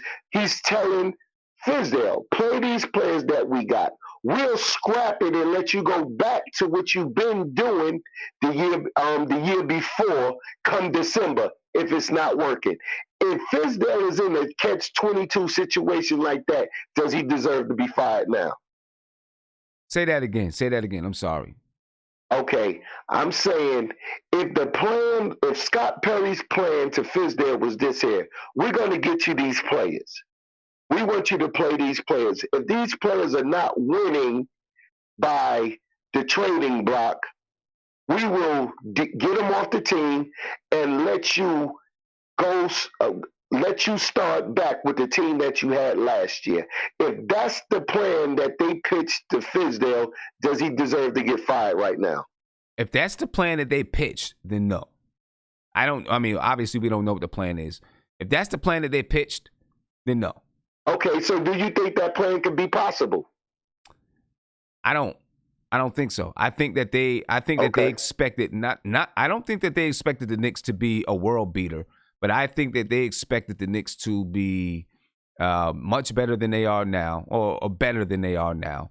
Not getting blown out the way that they're getting blown out. Obviously, you're going to have some games where you get blown out. You get smacked. It's going to happen. You're just going to have some games where it's just not there that night, right? But then you can call back. You can call back. You can come back the next night or next game, and you can play hard, and you can show that, that was a one-off. That's what they wanted to show this time, that it was a one-off. I don't. I think that they expected the Knicks to compete much harder than they're competing. Really start to see some things that are in place, some building block things that are in place that they'll be able to build on and take with them and show other people around the league that they're serious, right? Listen, I do not disagree with you or Mark or anyone else about Julius Randle. I see the exact same things from Julius Randle on the floor. I see the exact same things. I see him not hustling. I see where he should be a better rebounder. He averages 9 rebounds a game. He probably should average 11 or 12. Because he has the strength, he has the size, he has the body. I see the confusion on offense when he doesn't know where to go with the basketball, right? And the reasons why he turns the basketball over. I see all of that. He's not a number one option. He's about a number 3 option. Yeah. I think he can get you 15 to 20 points on 45% shooting as a third option. Yeah. Not as a first, not as a second. Right. But listen, I see all of that. I see all of that. It's still, to me, one person does not lead to you losing about 40 points. I don't care. One person does not lead to you losing about 44 points. One person does not lead to you being 4-18. I don't care. It does not happen. One person does not make you 4-18. One person does not make you lose by 40 points. It takes an entire team. So for anybody to blame one person for these struggles of the entire team doesn't make sense. Mm-hmm. I think that there's a distrust between the team last year and the new players signed this year, and they're both not trusting Fizdale. Both ends are not trusting him. That's how come you get all this chaos on the floor, because I feel as though that the young players feel as though that they were slighted from last year. The new players thought that they was going to come in and be more and have more control of the team than they have, and they don't. So now everything with Fizdale, with the used car salesman, is everybody like Guillermo be saying about what he eat, what you kill, and all of that. That's not even true. And it looks like that is only not true. It looks like a lie. It looks like a lie. So with that being said, that breeds a distrust with him. Now, to the media, they have to say, oh, yeah, we love our coaches on us and everything. But nobody can tell me that Trier feels a certain type of way about Fizdale now than he did last year. Man. He's the only one who can score efficiently on the floor. Well, I'll tell you this. And this is to Alonzo. Listen, check this out. This is to Alonzo Trier's, to his character. Okay? from what I understand, he still respects the hell out of Coach Fizdale, and he's trying to believe, even though he's not playing, he respects him, he likes him, and he's trying to be a good professional, even through all of this, right? And I'm speaking on good information here, even through all of this. I commend him for that. Right, he's trying to be a professional, and trying to trust in him. He has a lot of respect for Coach Fizdale, Scott Perry. That's what I understand. Excuse me. That's what I understand. I'm gonna tell you what. And I forgot who it was. I don't know if it was Emmanuel or Melrose. It might have been both of them. They called up at the beginning of the season, and one of the questions that they asked, and I also brought it up, is whether or not all of these one-year contracts are going to be detrimental to the team. Because guys are still playing, now you got 4 or 5 guys playing for contracts for next year. Mook Morris playing for contract, right?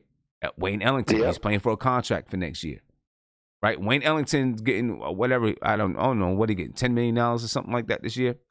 Around that to 8. Right, to 10, he didn't make that much like last year. He got the veterans minimum last year. Wayne Ellington did. He got the veterans minimum last year. He played more minutes on a better team and played better. He made the vets minimum. How do you think he's feeling right now about his chances of making more money next year? Mook Morris, well, he's having one of his best seasons probably, so he's going to make some money. Bobby Portis, he's not having a good season. What do you think, how he's feeling about his chances of getting a nice contract next season? But missing shots is not going to make it no better. No, you're right. I can tell you that. You're exactly right. But what I'm saying is, what I'm talking about is, how does all of this lead into the culture of the team? Right? So in some ways,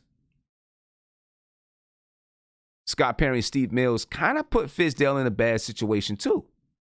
We're having so many guys on these one-year contracts.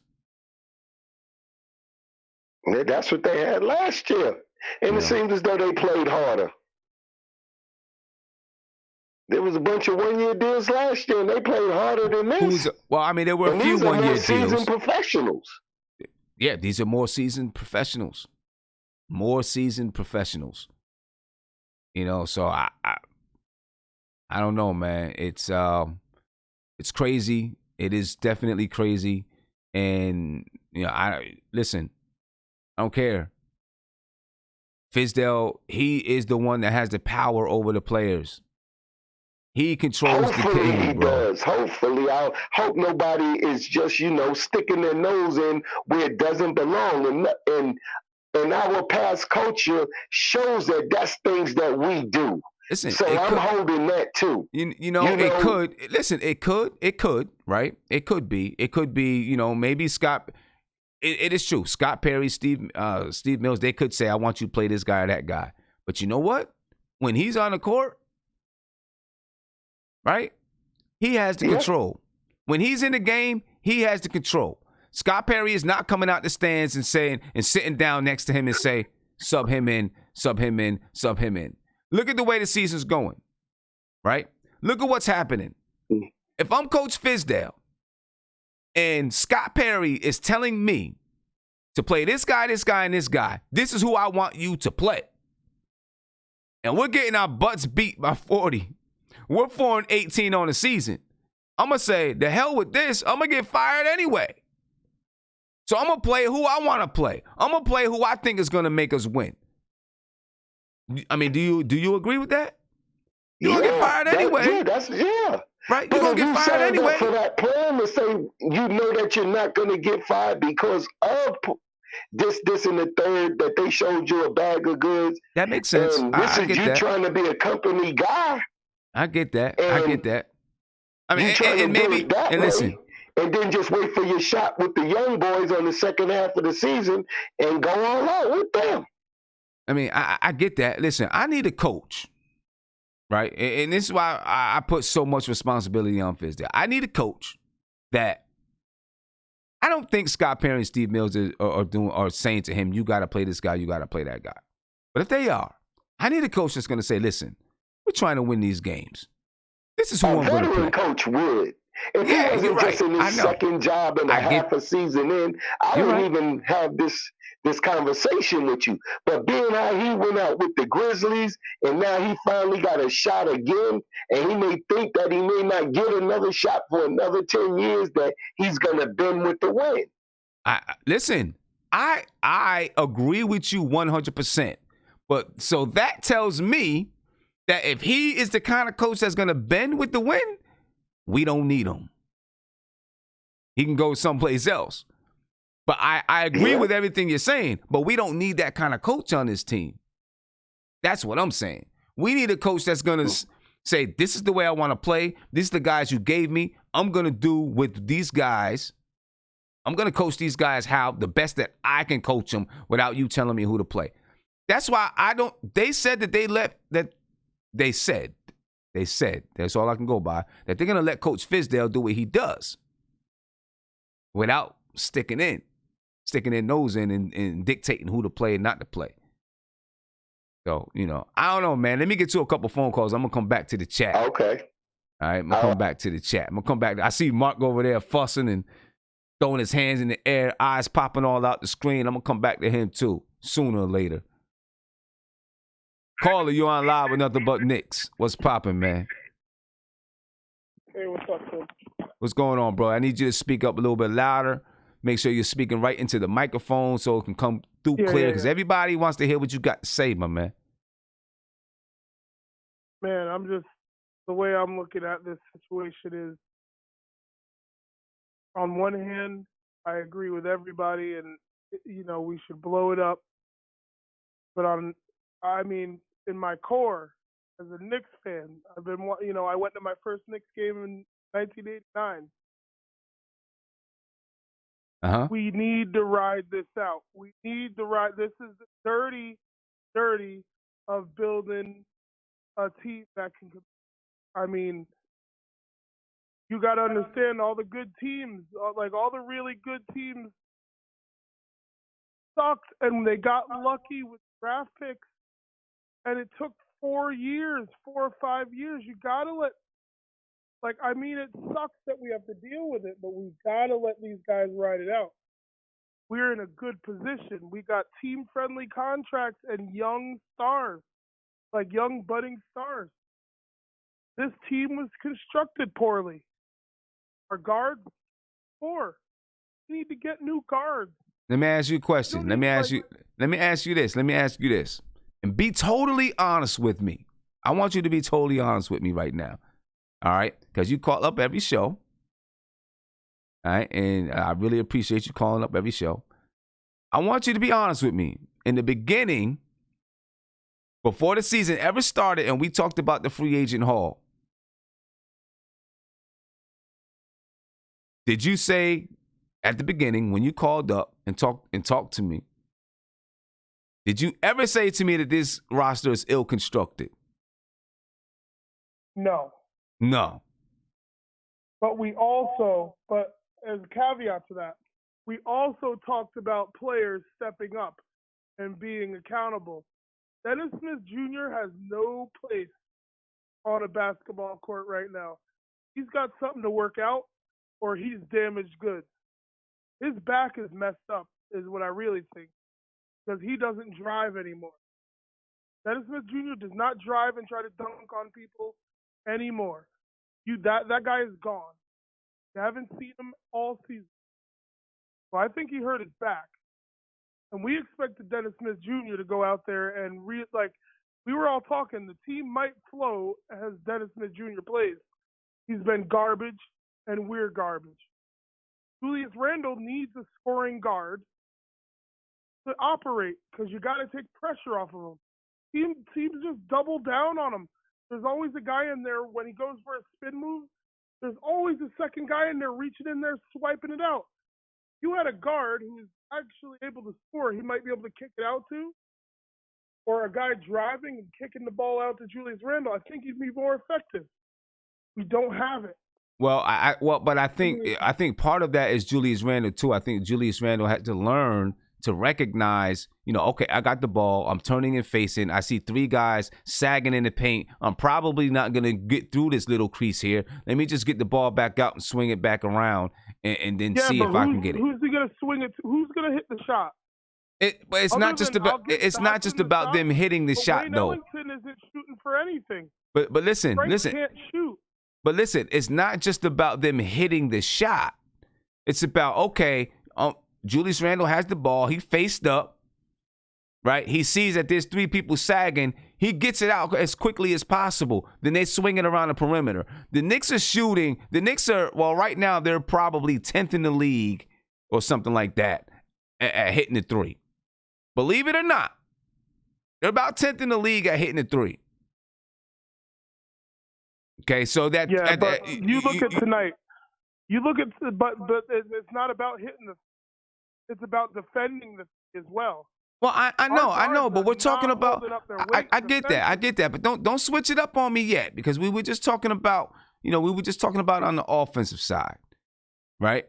So Julius Randle has to. It's not just about that guys aren't, can't hit the 3. We do have some guys that can't knock down the 3 or knock down those shots out there. But Julius Randle also has to learn to recognize when he cannot get the shot off. He's got to learn to recognize that and not force it.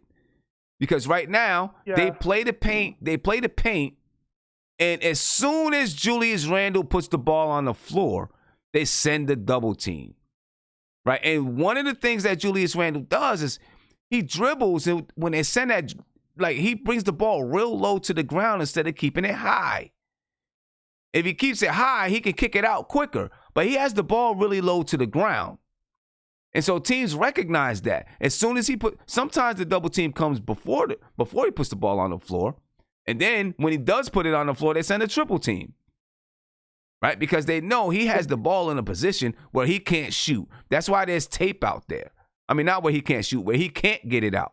Because he keeps that ball so low. But the only thing I'm gonna say to that is, honestly, if the players who are guarding our offensive guards thought that our guards could hit the shot, they wouldn't leave.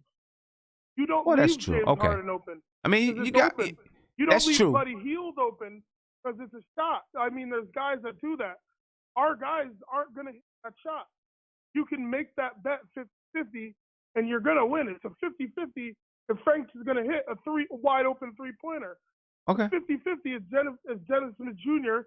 and his broken shot are going to hit that wide open three-pointer. But if you have, look at tonight. What's his name? Murray. He's going to hit that wide open three-pointer 60% of the time because it's wide open. Because your Knicks defensive scheme is horrible. This switching crap. We need to just play man. Yeah, I mean, I'm just saying about with Julius Randle. He's got to. Julius Randle's got to learn how to recognize. But it's I see that this fundamental guard play that gets us killed. It's not. You're not hearing centers going and scoring 36 points. It's all guards. It's been guards for the last 2 years. Every time the Knicks come in, it's a third-string bench player guard who scores 3 points a game, goes out there and has 18 points. Well, of course. And he has wide open threes. Yeah, I mean, of course, on the defensive side of the ball, we struggle immensely. We have not gotten, we thought that we were getting better this year. We struggle immensely. And it's not just one player, it's everybody. It's the switching. It's everybody. I hate the switching. You know what I'm saying? The switching is terrible. I don't know if we should fire the coach because I think we just need to go and get a good player. We don't have an alpha. Julius Randle is the closest thing, and because we signed Marcus Morris is playing for that contract. He's playing for the next year. Yeah, so see, I think this. Julius Randle should be the focus of our offense. Hey, I'm gonna let you go. Thank you for the call, but I'm gonna answer, what no, you thank just you, said about bro. getting Thank you very players. much. I'm just glad to talk to everybody. Appreciate it. I know you. We say, we just got to go get better players. It's not just about going to getting better players, man. That's what we've been trying to do all for years. Just going to get better players, better players, better players, better players, better players, better players, better players. We've got to have something concrete.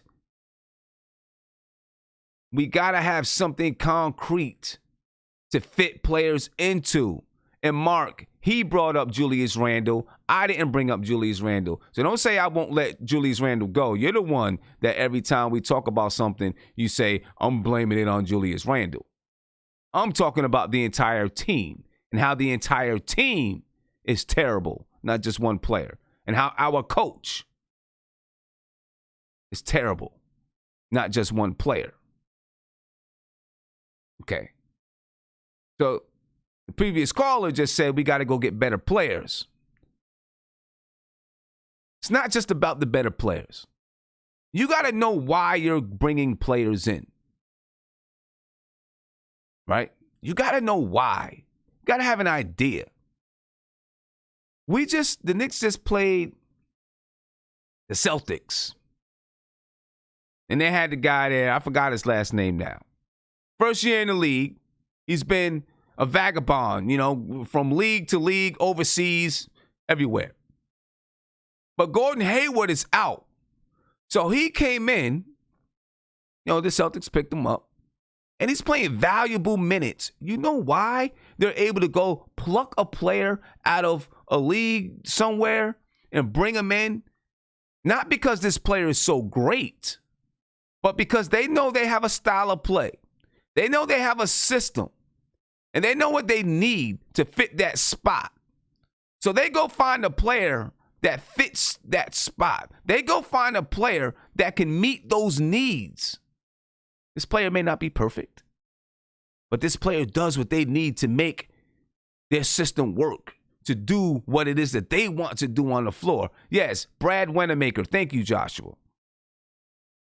So they go find a player that can do the things that they need to be done because they have a system and a style of play. And they can plug that player in and they perform. Now, you might take that player and they go play for somebody else and they don't perform as well. And everyone's like, wow, that was just a one-hit wonder type of dude. And it's not that it's a one-hit wonder type of dude. It's because it fits into something that they want to do. So we just go out and try to grab players, try to grab talent. We're grasping at straws and hoping something sticks. We're throwing toilet tissue to the wall and hoping that it sticks there. Instead of intentionally having a purpose for the people that we sign. That's why you need a coach that has an idea of what they were doing. Phil Jackson had the right ideas. I think Phil Jackson, his ego got in the way, but I do feel like Phil Jackson had the right ideas. Let's get a system set. I'm not saying the system was right. I'm just speaking of the philosophy here, folks. Let's get the system set. Let's work this system, even if we're losing. Let's work this system. Now let's figure out who's going to fit in the system that we're trying to play. Doesn't mean that you can't play a free type of game. But when all else fails, you have this system to go back to. You can still play a free game because once you have a system that teaches you principles, now you can start to play the basketball game. You can start to play the basketball game and those principles come out in the way that you play. Even if you're playing a freestyle game, those principles come out naturally because those are the habits that you built because you had a system first. Then those habits come out without thinking. That's the way that you want to play. That's the way you want to play. You want the players to play without thinking. Now, when you first put in the system, they might think. But once they get used to it and they understand it, now they play free. When things get tight, they go back to the system, but they play free. And when you're going to get players, you understand who to get, where to get, why to get them, and where to put them. There's purpose behind everything that you do. A purpose behind it. You know what I'm saying? A purpose behind it. See, right now, there's no purpose behind the players that we're picking up in free agency. We're just picking up players. Trying to hope that someone's going to be good. You know what I'm saying? Just picking up players. Hoping that someone's going to, we're going to get lucky with someone. You can do some things intentionally and intentionally bring guys in and understand why you brought this person in. Antoine Boyce, you said, we just need to shut up and trust the process. What process? Tell me what process we have. If you can tell me the process, I'll ask everybody to shut up and trust it. Tell me the process, and I will ask everybody to shut up and trust that process. I don't see no damn process. I don't see it. Caller, you're on live with Nothing But Knicks. What's popping? Yo, it's your boy Yancey, man, from Jersey. What's good with you, brother? How you feeling? Hello? Yeah, what's going on with you, bro? What's going on, man? I called last night, and I'm calling back again, man. Thanks for taking my call, man. Yeah, no doubt, man. What's going on with you, man? How'd you feel? I remember you called last night. We would, so here we go, right? We got blown out. What's up with it? How you feeling about it? We had it again. We got blown out. We got smacked. And listen, and we play another very good team in the Indiana Pacers next game. It's a good chance we get smacked again. Because Indiana, they play hard. Indiana play hard. They talented. Then they young, man. So that's another game we're going to get smacked. Probably not by 40, but maybe 35. Listen, we didn't think we was going to get smacked by 40 tonight. Man, I thought maybe at least like 30, you know what I'm saying? But not another 40 burger, man. Like, can't have that, man. Definitely can't have that. But I want to address the caller last night after me said that the whole Mark Jackson thing was Mark Jackson not being an X and O coach. Listen, you can't sit here and say a guy is not an X and O coach. He had good schemes. If he takes a team, a 20-win team, and they progress to a 50-win team, and I looked up the stats, then I think they were like a defense. I think they were ranked number 24. Offense, they was ranked number 17. And by the time they should mark out, it was a top 10 defense and a top 10 offense. So you gotta clearly have some good excellence and O's. And I'll tell you another thing. Mark Jackson had the right people around him. Guess who was the assistant when he was with Golden State? Mike Malone. Play today, Mike Malone. So I think gotta get. Well, my question for you is, Sam, what do you think it's going to take for the Knicks to get Mark Jackson to come here? 'Cause I don't think any other coach. I really feel deep down in my soul, no other coach want to come here. I think we kind of mess up our chances of getting him during the summer. So we kind of got to kiss his butt to get him. So what do you think we have to do to get him? Mark Jackson?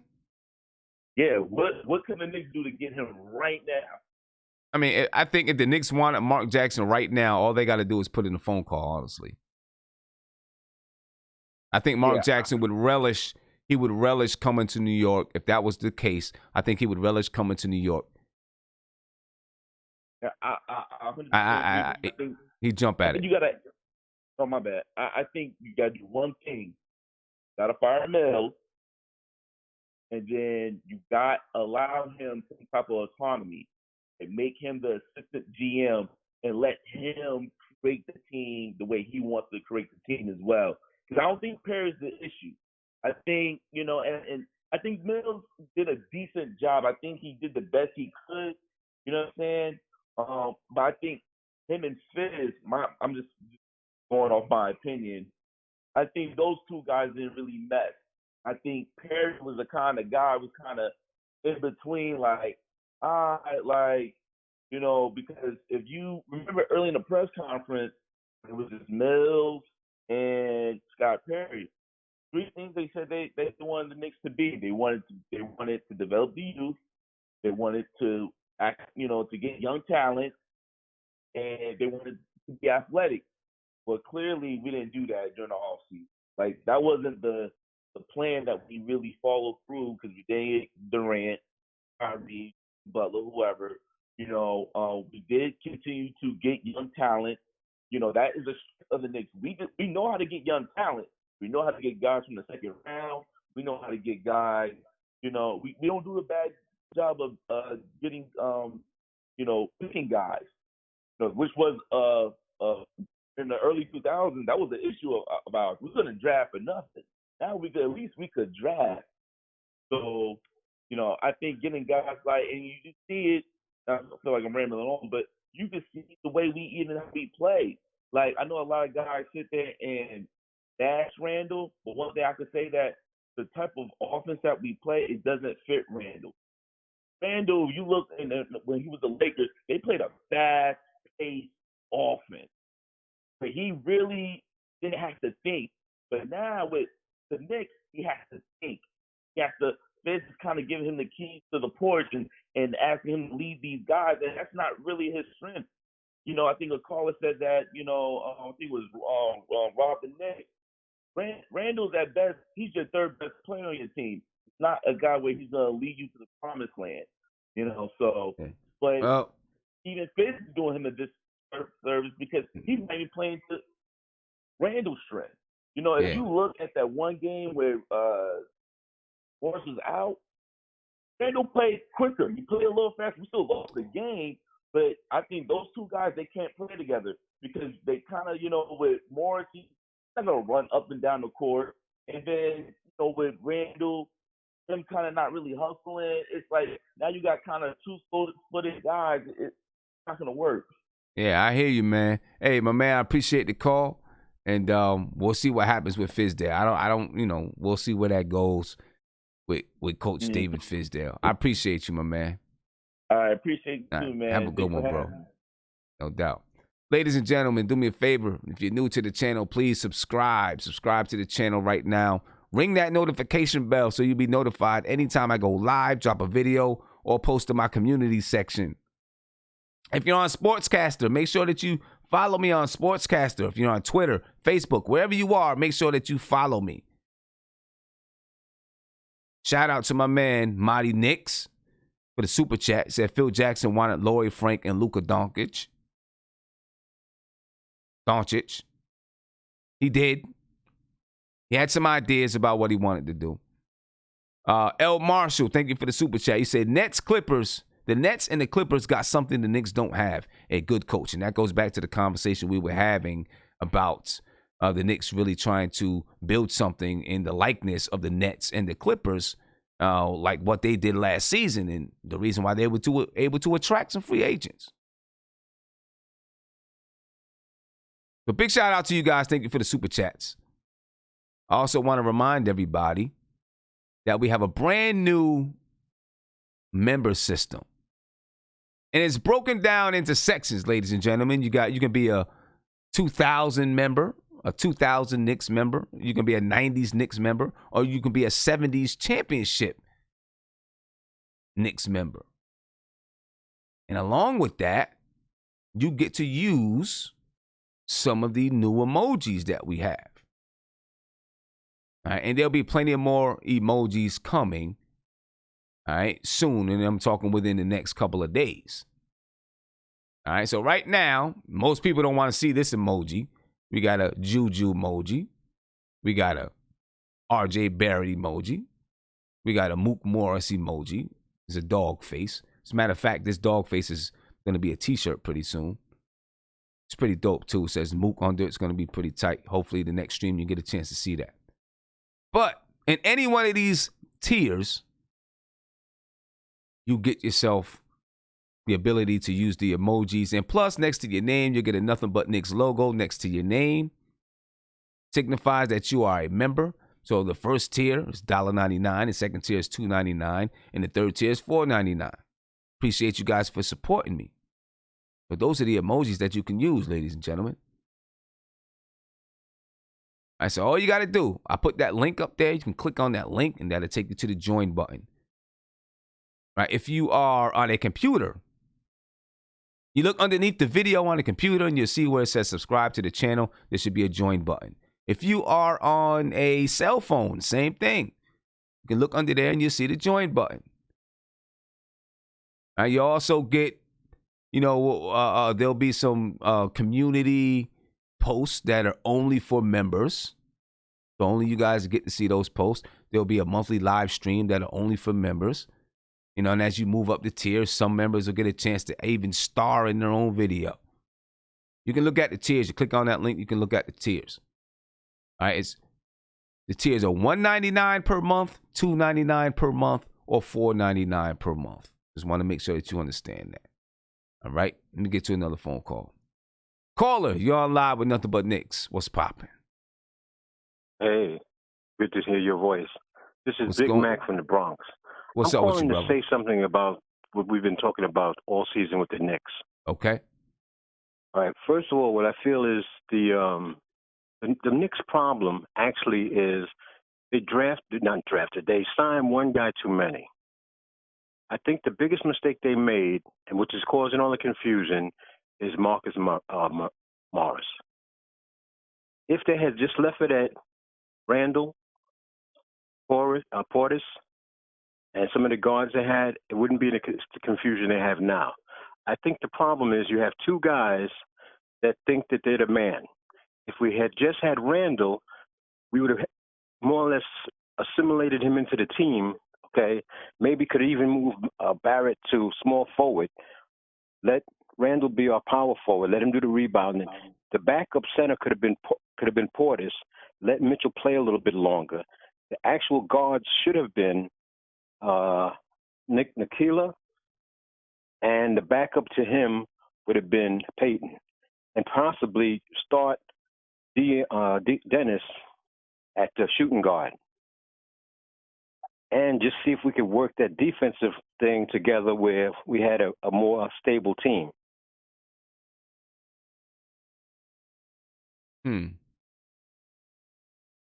not sure I caught everything that you said there, but okay. But I mean, Frank Ntilikina is there starting, and you're saying Dennis Smith Jr. at the shooting guard spot, right? And then who else did you say? I felt that you could put Barrett at small forward. Oh, okay. Have Randall as your power forward. Start Mitchell, and you still have Gibson around to show him the rope, so to speak, to make him a better person, make him understand that you can't go out there and foul like crazy. You have to stay in the game because your appearance on the court is important. But the thing is, your backup and your shooting at your center would come from Bobby Portis. Now, okay. I mean, now the only thing I'll say is, well, not the only thing I'll say is, what I'm going to say is, you may see that lineup, in a few weeks. If some trades go down, you may see that lineup out there on the floor. You might. I kind of hope so. I don't really think that getting rid of Fizdale at this point is going to help them. Because the truth of the fact is, no matter who you get as coach, you're going to have basically the same players until you start getting rid of some of them. Well, that's true. And I did talk about that last night. You're going to have the same players and probably the same plays. But, and I was on board with you. I felt the same exact way. Right now, I kind of feel like he's lost the locker room, I feel like, and they're not responding to him. And if they're not responding to him, then it may be doing more damage than good. You may be right about that. But who do you replace him with? That's the key. I know. That's the big thing. I know who. Right. I agree with you. Who do you replace it with? I don't know. Do you go interim just for this season and then look for somebody serious next year? That's what they would Or are probably you going to have try to to do. find somebody this year is going to be the person going forward? Well, no, they would probably have to, just like you said, do an interim and then find some, and then over the summer find somebody going forward. I don't know, man. Hey, I appreciate you for calling in. Right? My and pleasure, I know, actually. What'd you say? You're doing a great job. Thank you. Unfortunately, we just got a messed up, dysfunctional organization and some players that don't quite fit their roles, whatever their roles are. But the one thing you said, and the most important thing is, we don't have a culture. We don't have a system. It's hard to plug people into a situation that you don't know what you really want them to do. Right. Exactly. And when you just said that some guys don't know what their roles are. Well, you got to have a way that you want to play to understand their roles, for a player to understand their roles. Exactly. Yeah. But I'm gonna let you rock, man. All right. All right. Been a pleasure. Appreciate you, man. Have a good one. Peace. Thank you, Gio Wu Neo. Thank you for becoming a member. He became a 70s NBA champions member. I appreciate you for becoming a member.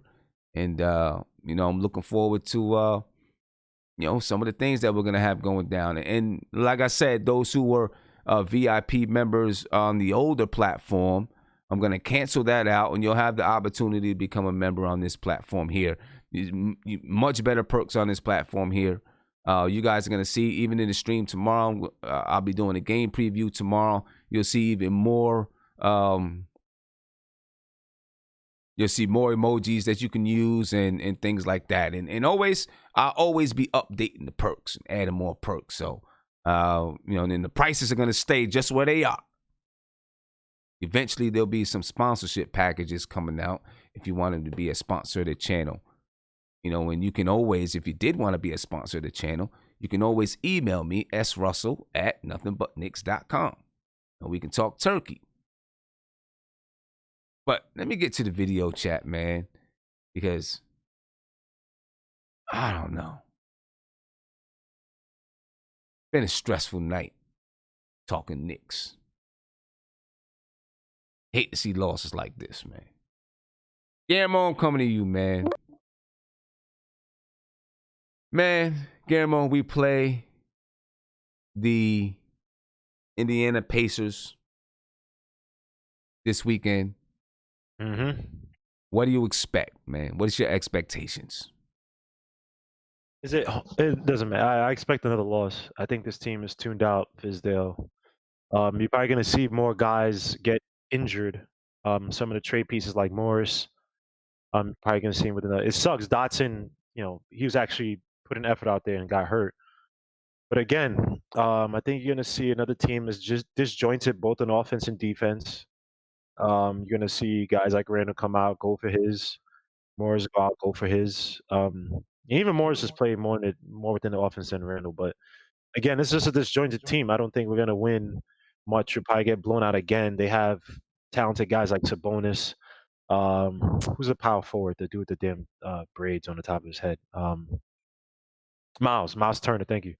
And obviously Oladipo, who's just an absolute beast. And they got Brogdon too, right? So. Mm-hmm. Yeah. I don't expect a win tonight. And just one thing I want to say, Sim. I gotta say, when Mark was saying the thing with Randall, I get what you're saying. I get what you're saying too. That look, if you're on a team, you got to work hard too. But there's a thing where chemistry is a major factor, right? If a certain player is not playing a certain way, right? If they're a ball hog on offense and then they give nothing on defense, right? Especially when our defense needs you. You can't hide on defense. There's no way to hide you, right? I can't put you on a bench and, we have a magical ghost playing for you. If you're not coming up on pick and rolls, if you're not getting out to your man, I have to switch, or there's miscommunication. You get to your man late because you want to play defense how you want to play it or when you want to play it. We run up the court and we have to play basically 4 and 5 because you're not running with us when we're playing either on offense or defense. You're sitting there complaining to refs. I do agree with Mark that can stifle your whole team. That can make the whole team not play. I'm not saying Randall's the only guy. I'm not saying that. Bro. Listen, Randall is he's one of the major reasons why he's out there on defense. You You don't have to explain that to me. I get it, but I refuse to blame this debacle on one player. Oh no, I'm not. I can't. And the reason why I was in such an argument with Mark is because he said I put it all on Julius Randle. You can go back and look in the YouTube chat. He said I blame everything on Julius Randle, and I refuse to. I just refuse to take that as an answer because one player does not. I refuse to take that. One player does not make you lose by 40 points. There's one thing that perplexes me about this team, man. It's 2 years straight, and we have. I don't think these guys are so dumb, right? Why is it that no one on this team wants to step up as a leader? And when I mean leader, I'm not talking about you lead the team in offensive stats, but a leader as in, all right, we're gonna watch film and hey Fizdale, we need to run more off-ball stuff, please Fizdale. Yo Fizdale, hey. When this zone doesn't work for us, we need to switch to maybe more of a 3-2. We need to do this, we need to do that. Like I'm not saying that not people who would not do, but it's like for 2 years straight in New York, we've been bereft of like any kind of like leader who's gonna sacrifice their own stats and be like, nah, this is my team. I'm gonna average 13 points, 8 rebounds, but my defense, like I'm gonna go all out on defense. Like why? What? New York is like we're dying for a star. Like I'm not even talking about a championship yet. I'm talking about just a star or an unheralded star who will come in and who has that mindset. Like I'm gonna sacrifice my stats to be the leader on this team. Communicate, make sure we have a certain regimen working out, whatever it may be. Just galvanize these guys. I understand it takes time to do that if you get drafted, whatever. But what is it with do you think that guys are just scared to play in New York, dude? Like I know we're supposed to talk about the Pacers, but 2 years in a row, I don't know, man. No one wants to step up. I think you gotta have a coach that demands it, right?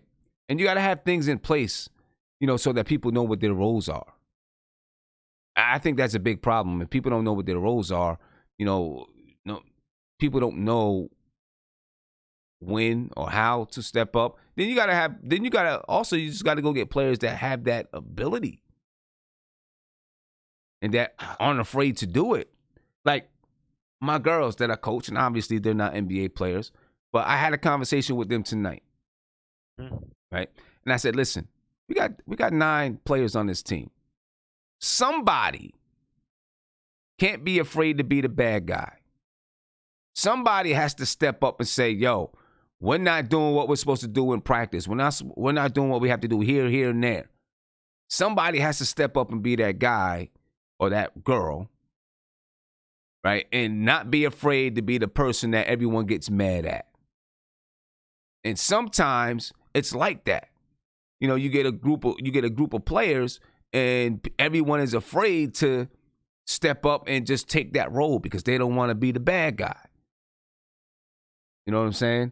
And you gotta have some people that have the cojones to do it. And also, though, let's take Morris for example, right? Morris, he kind of seems like he wants to step up and be that leader, but also you gotta understand, like, I don't want to say understand how to lead, but you gotta have, if you're gonna be that leader. It has to be all the time, right? You also have to kind of lead by example a little bit. Mm-hmm. And then you have to,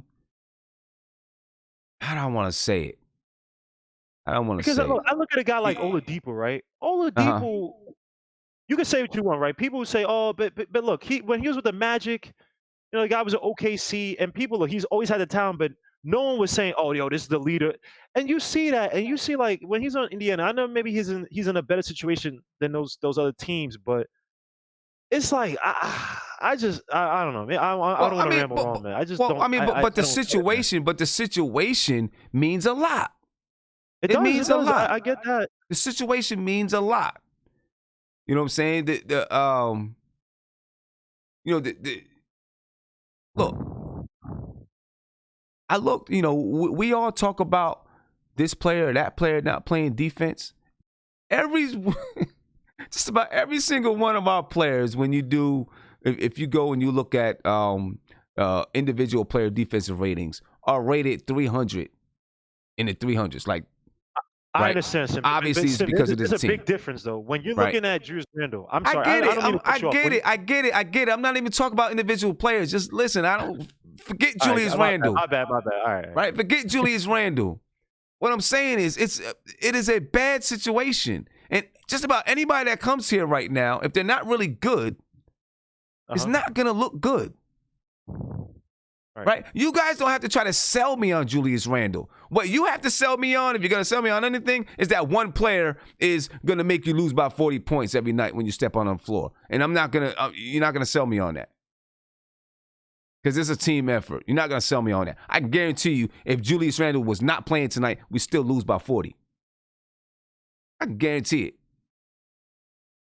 You see, that is where my argument is. Because if it's one player that is that bad, so cancerous, then what do you do if you're the coach? Sit them down. They don't play. But Fizdale's being hamstrung by that upper offense. Because I mean, like I said, man, there was a trend where you saw that Julius Randle was coming in at like the weirdest times in the fourth quarter when the game was still close. And it just didn't make any sense. I think that Fizdale's getting an operative from the higher ups to play Randle to make him look good. And it's like it's just but look, when you have that when they know it's politics versus you coaching, these guys are gonna tune you out, man. And you see some of these guys are tuning Fizdale out. Like, but I agree. But I still and this is my opinion, my mindset. I got you. Right? If you're a coach, you're 4-18. Your ass is about to get fired anyway. Right, I agree. So if they're saying play Julius Randle because we want to make him look this way, I'm going to say no. I'm going to play who I want to play because I'm about to get fired anyway. It don't matter. I'm about to get fired. Like, we are terrible. We're losing we just lost 2 games in a row by 40. I'm about to get fired. I'm playing who I want to play. You know what I'm saying? I'm playing who I want to play. So, I mean, Fizdale takes a lot of the blame to me. He takes a lot of blame. Fizdale takes a lot of blame because going back to last season, we didn't see anything concrete that we could say, okay, here's what we can build upon. You know what I mean? But anyway, back to the Pacers. Do we get blown out again? Yeah, we get blown out. Sabonis, dude, bro. Sabonis abuses us. You got Oladipo. I don't know if full roster, but Brogdon is come on, like them. These teams, I hope the Pacers. If we have a chance of winning, you better hope the Pacers are on they haven't been on a losing streak because you don't need them to like get right against us. That's what the Denver Nuggets did tonight. They got right against us. And that's what the San Antonio Spurs did. They got right against us too. The Spurs won a 7-game losing streak, right? They won like a 7-8 game losing streak. Yep. Come to New York, get you a win. We got again, Sim. Look at I'm sorry, man. Look at this damn offense. What the hell? Like, bruh. Does it inspire? I don't see any wrinkles. It does. And look, we played the third best defense in the league, talking about the Milwaukee Bucks, right? Third best defense in the league. And then tonight we play the Denver Nuggets, the second best defense in the league. Right? Now we're playing the Indiana Pacers, who also have a very good defense. All right? The Indiana Pacers, they're 8th in the league in defensive rating. Nice. We're going to get destroyed. All right? So we may get destroyed by these guys. You're right. Now, offensively, the Indiana Pacers are 13th in the league. But guess what? The Denver Nuggets, they came into this game 20th in the league in defensive and offensive rating. So I mean, we might. Right now, our confidence is so low. It's so low. I mean, all it's going to take is, a couple of plays by the Pacers. They go out, they build an 8 to 10 point lead, and it's a wrap. Go on a run and and It's a wipe this wrap. out, man. Like we don't look, Sim. We don't have the leadership. We don't have the players. We don't have the stability in the front office. We don't have confidence. We don't have anything right now, man. We are a bunch of chickens with their heads cut off, man. We're gonna get smoked, man. There's no hope. I don't even know. I don't even know what angle I can say, yo, the Knicks will. We will look good in this aspect against the Pacers. Like what is it? Their guard play, they're gonna kill us with the guards. Miles Turner and Sabonis are gonna abuse us on the front court. Like, what the hell? Like, what? I don't know. I want to see what Mark feels about this game. Stop smiling and go shave, boy. Look at him. What's going on, Mark? Pacers and Knicks, man. Talk to me about it. Go ahead. I need another night to happen, like tonight. So, Hey Mark, like you got the camera like dead in your mouth, man. Yeah, there you go. Thank you. I want to see all that. I need another night to happen. What happened tonight, so we get the job finished. And I need all this. I need for this organization to be wiped away. So listen, the Pacers are a good team. Pacers are very disciplined. They're very, very disciplined. Listen, check this out. I'm sorry. I don't mean to cut you off. It's not good for our show when the Knicks get bust like this. Because then me and you are bound to have an argument. I can guarantee it. Listen. We're both two emotional people. We gonna have an argument. If the Knicks get bust by 30, we both gonna have an argument. We gonna have an argument with each other. I can guarantee it. Listen, as long as it brings in the numbers, listen. Okay, remember, drama brings in numbers. So the Indiana, they execute on offense, even though they're 13, but they execute like they're like top 10 team. Because when I watch them, they execute on almost every play, bro. They don't take possessions off. They're very strong on rebounds. Those two boys, Sabonis and thing, boy, oh boy, are they low, especially Sabonis. He's right now averaging 18 and 13. He might be an all-star. Brogdon averaging in like I think 7. He's actually like they bailout guy. Like that's how good he has become for Indiana. He's really became good. So listen, I need Fizdale to be fired by tomorrow morning. I need to wake up. After I leave this stream tonight, I need to wake up at 6 in the morning. That Fizdale, Scott Perry, and gone, because tonight felt like the night that I thought Dolan was gonna throw down the Thor hammer. But I think we need one more night in the Garden to get manhandled. For them to just say, you know what, F it. All y'all gone. Including security guards, all y'all gone. Because listen, security guards? Everybody. Listen. No point, man. The Knicks duped Dolan so bad. Steve Mills lied to Dolan so bad. It's not even funny, bro. He sold them something, and it's not looking good, man. A lot of people in that organization trying to save their ass. So, listen, I need Indiana to come in, do their job tomorrow, finish us off tomorrow. But they probably will. Did you see that press conference with Fizdale? You know he's getting fired. Yes. He knows it. Let's talk about that. He knows it. He knows he's getting fired. Yes. Man, well, he was getting fired from the press conference. Just from that night, man, I swear to you, man, the way Stephen A. went off on Steve Mills, I never seen it. He always had Steve Mills back. But that night when because remember, I got to understand something about Stephen A.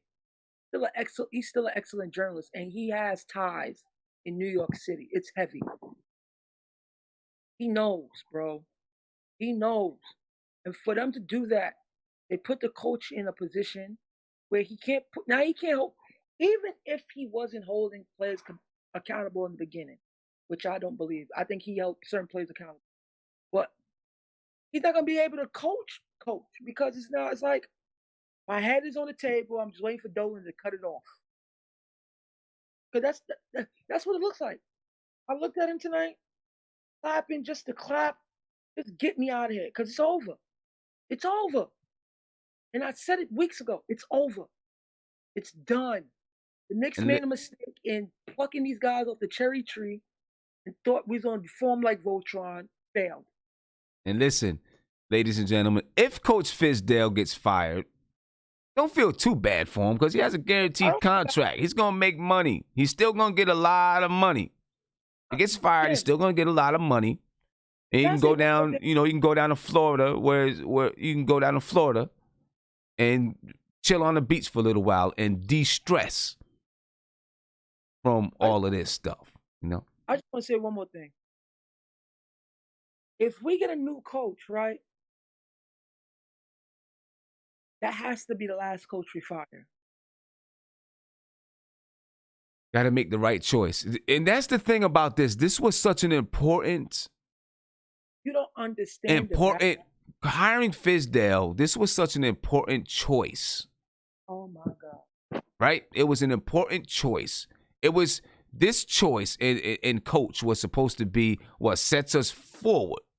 It was such an important choice, which is why it makes it so hard for Scott Perry and Steve Mills probably to fire him because they've got to admit that they were wrong. But you know what? It comes a point where you just got to admit it.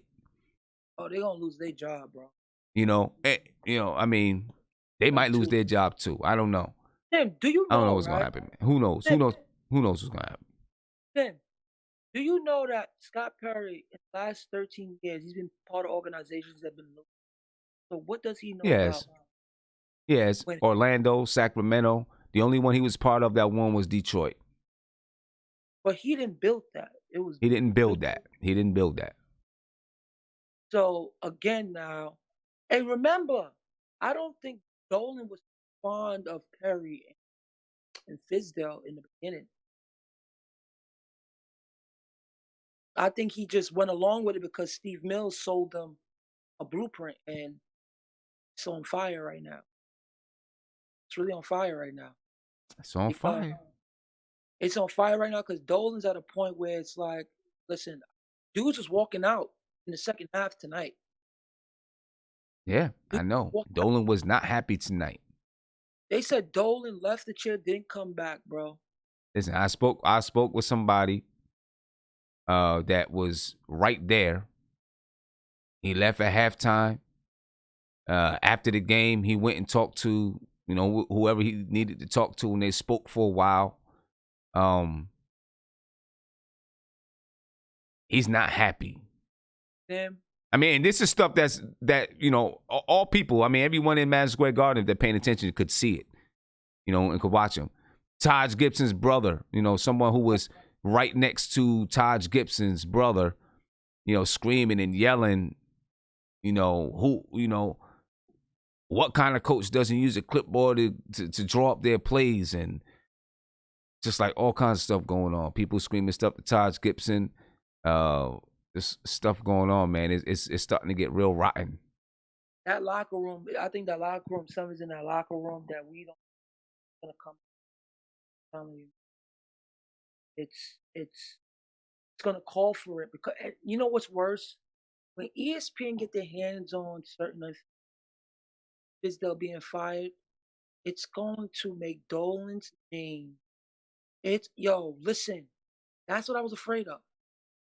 If Dolan's name is in ESPN tabloid, Fizdale gets fired.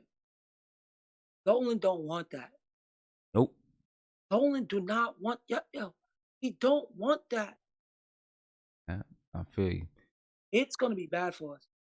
Yeah, I know, man. Listen, Dolan is doing his best to try to stay out of it. He has been. This is a point in time where he's probably gonna have to step in. He has been. He has been. People can't argue about that at all. I mean, other stuff outside of basketball, it is what it is, but he's been trying to stay out of the basketball business.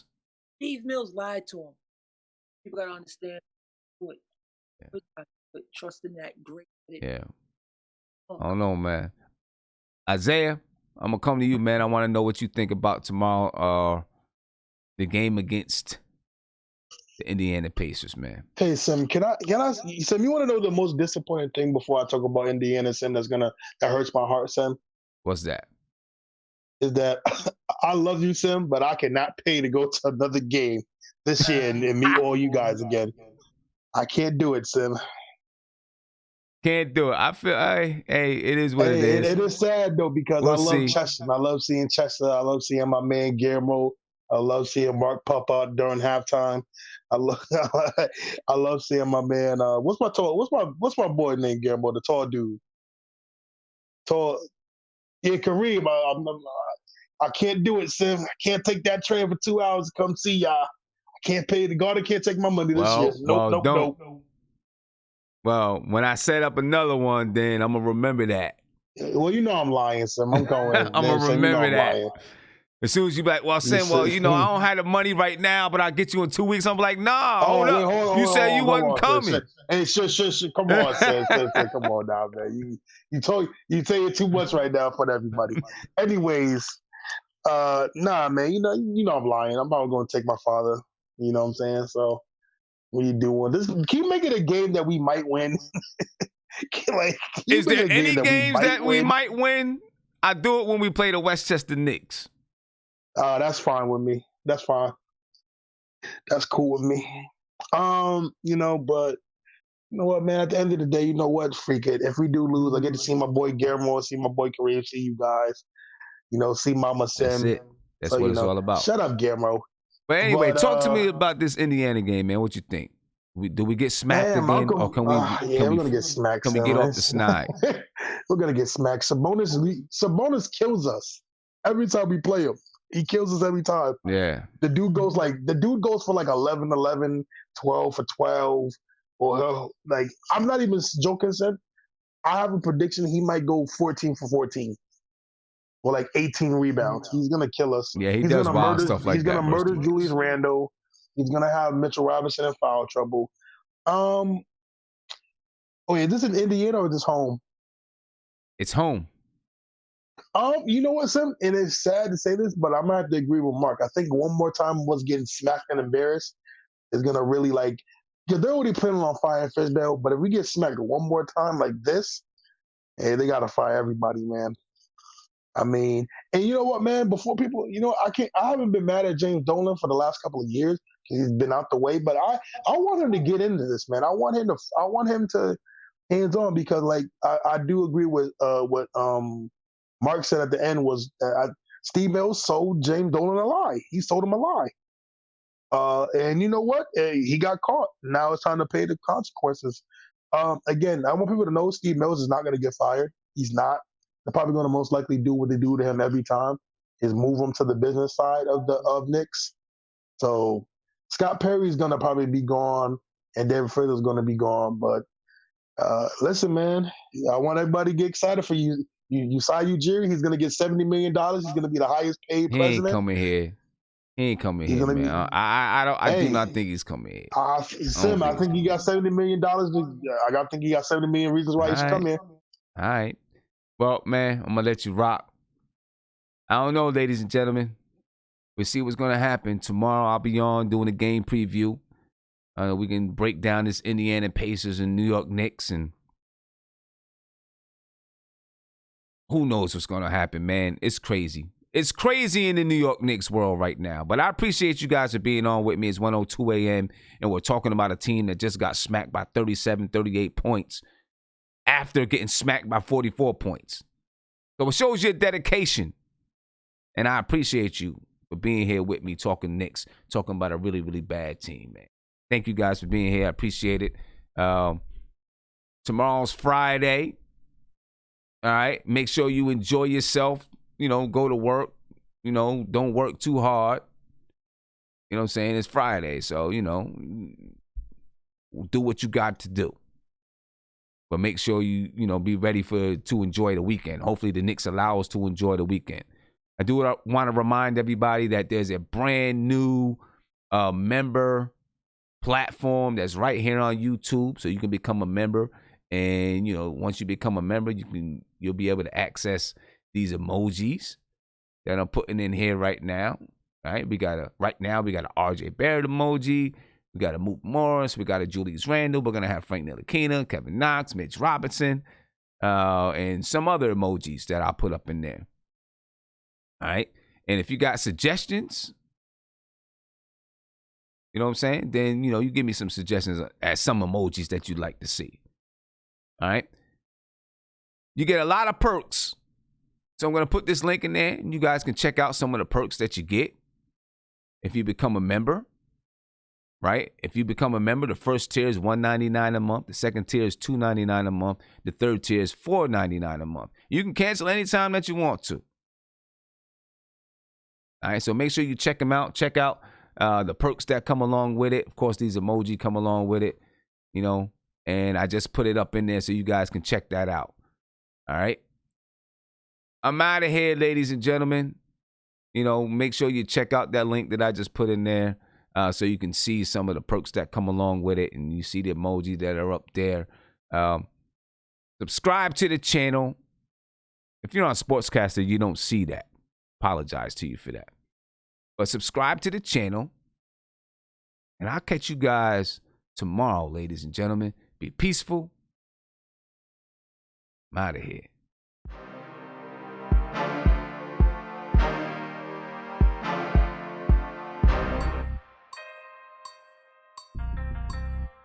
That's the deal.